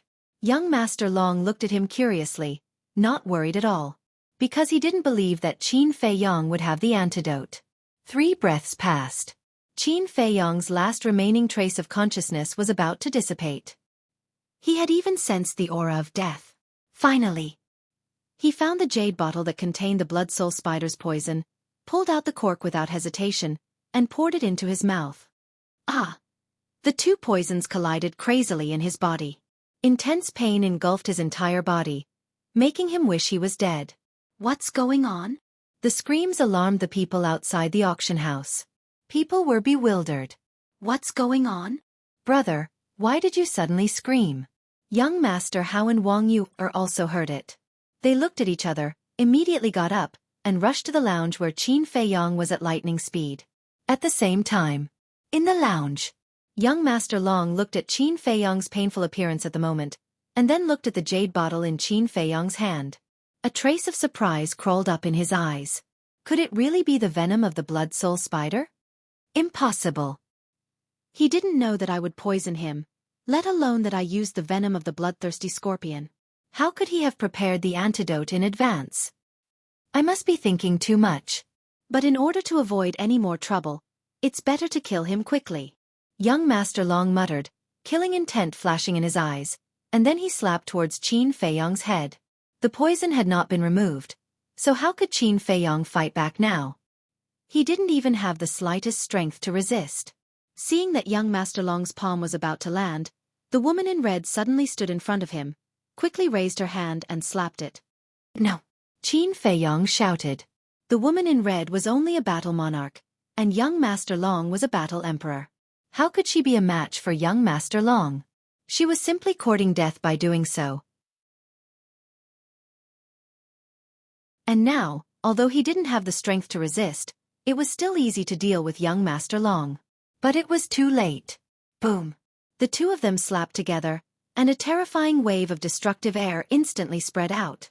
The chair, tea table, study table, bookshelf, and the books on the side were all shattered in an instant. Puff! The woman in red spat out a mouthful of blood, and her arm was shattered on the spot. Her entire body was instantly sent flying, crashing into the wall behind her. With a loud bang, a large hole was made in the wall. Young Master, this really has nothing to do with me. The woman in red fell on the corridor, looked up at Qin Feiyong and said with difficulty, and then fell to the ground. Blood kept flowing out of the corner of her mouth, and it was unknown whether she was dead or alive. What's the point of this? Qin Feiyong sighed inwardly. As soon as young Master Long appeared, he already knew that the poisoning had nothing to do with this woman in red. Meddlesome bitch, I'll deal with you later. Young Master Long was furious. He glared at the woman in red and continued to attack Qin Feiyong. At this time, young Master Hao and Wang Yu had already rushed over, but they were still a short distance away from the lounge. Seeing Qin Feiyong's appearance, the two people's complexion changed greatly. They shouted in unison, "Stop!" At the same time, they released their holy aura and pounced towards young Master Long. But young Master Long turned a deaf ear to them, and the killing intent in his eyes was even stronger than before. You want to kill me? Do you have the ability? Qin Feiyong's eyes were also emitting a bone-piercing killing intent. This person had harmed him time and time again, and had already touched his bottom line. With a thought, the Spirit Snake Emperor appeared. Qin Feiyong shouted, "Cripple him!" The Spirit Snake Emperor immediately looked at young Master Long. Its long and narrow snake eyes were emitting a terrifying cold light. When the Spirit Snake Emperor appeared, young Master Long also felt a strong sense of danger. Without hesitation, he turned around and began to flee. But it was too late. After all, he only had the cultivation of a war emperor. Whoosh! The Spirit Snake Emperor suddenly pierced through the air, like a sharp arrow, and instantly pierced through young Master Long's lower abdomen. Blood immediately spurted out. Young Master Long fell to the ground, clutching his lower abdomen and howling in pain. His face was distorted from the pain. "Brother, are you all right?" Young Master Hao finally ran over and squatted beside Qin Feiyong, asking with concern. "It's just the venom of the bloodthirsty scorpion, I'm fine." Qin Feiyong waved his hand and stood up with the help of young Master Hao. "What?" But when he heard the venom of the bloodthirsty scorpion, young Master Hao trembled and his face turned pale. Last time at the Dragon Phoenix house, he had personally experienced it. That feeling could only be described as worse than death. As for Wang Yuer, her soul almost left her body. She glanced at the lady in red and young Master Hao and said in a deep voice, "Who poisoned him?" Qin Feiyong looked at young Master Long and sneered, "Who else could it be? You're courting death." Wang Yuer's eyes were filled with murderous intent. She stepped forward and stomped on young Master Long's head. "Don't!" Qin Feiyong hurriedly shouted. But it was too late. Wang Yuer's foot landed, and with a crack young Master Long's head exploded like a watermelon. Blood and flesh splattered everywhere, and he died on the spot. Seeing this scene, Qin Feiyong and young Master Hao swallowed their saliva. This woman is too cruel. She is indeed not to be trifled with.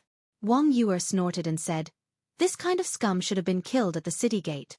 Young Master Hao frowned and said, "You're right, but what if Shen Feiyun causes trouble?" "So be it. Do you think we're afraid of him?" Besides, it was his son who was courting death. He can only blame himself for not teaching his son well. Wang Yuer said domineeringly. Young Master Hao looked at Qin Feiyong. Qin Feiyong pondered for a moment and said, "It doesn't matter if you kill him. Anyway, the red-clothed woman will testify for me. Go and see how she is doing." Young Master Hao nodded and walked to the red-clothed woman's side. He reached out and touched her pulse. He turned to Qin Feiyong and said in a deep voice, "Not good." Qin Feiyong's eyes darkened and asked, "Is she dead?" "Not dead, but her heart is shattered. She's not far from death." Young Master Hao said. "Damned beast." Qin Feiyong was furious. He hurriedly took out a heart-protecting pill and a healing pill, both of which had 5 pill patterns, and said, "Quickly feed her." If this woman really died, he would feel guilty. First, he misunderstood this woman. Second, this woman was in danger because she wanted to save her. Young Master Hao grabbed the pill and stuffed it into the red-clothed woman's mouth. "What's going on?" At this moment, a middle-aged man ran over anxiously. It was the person who instigated young Master Long before. He ran into the lounge and saw the scene in front of him. His expression suddenly changed. Young Master Hao raised his eyebrows and asked, "Who are you?" "I am the pavilion master of the Qinghai City Trading Pavilion." The middle-aged man replied and then said, "What happened before? Why did young Master Long die here?"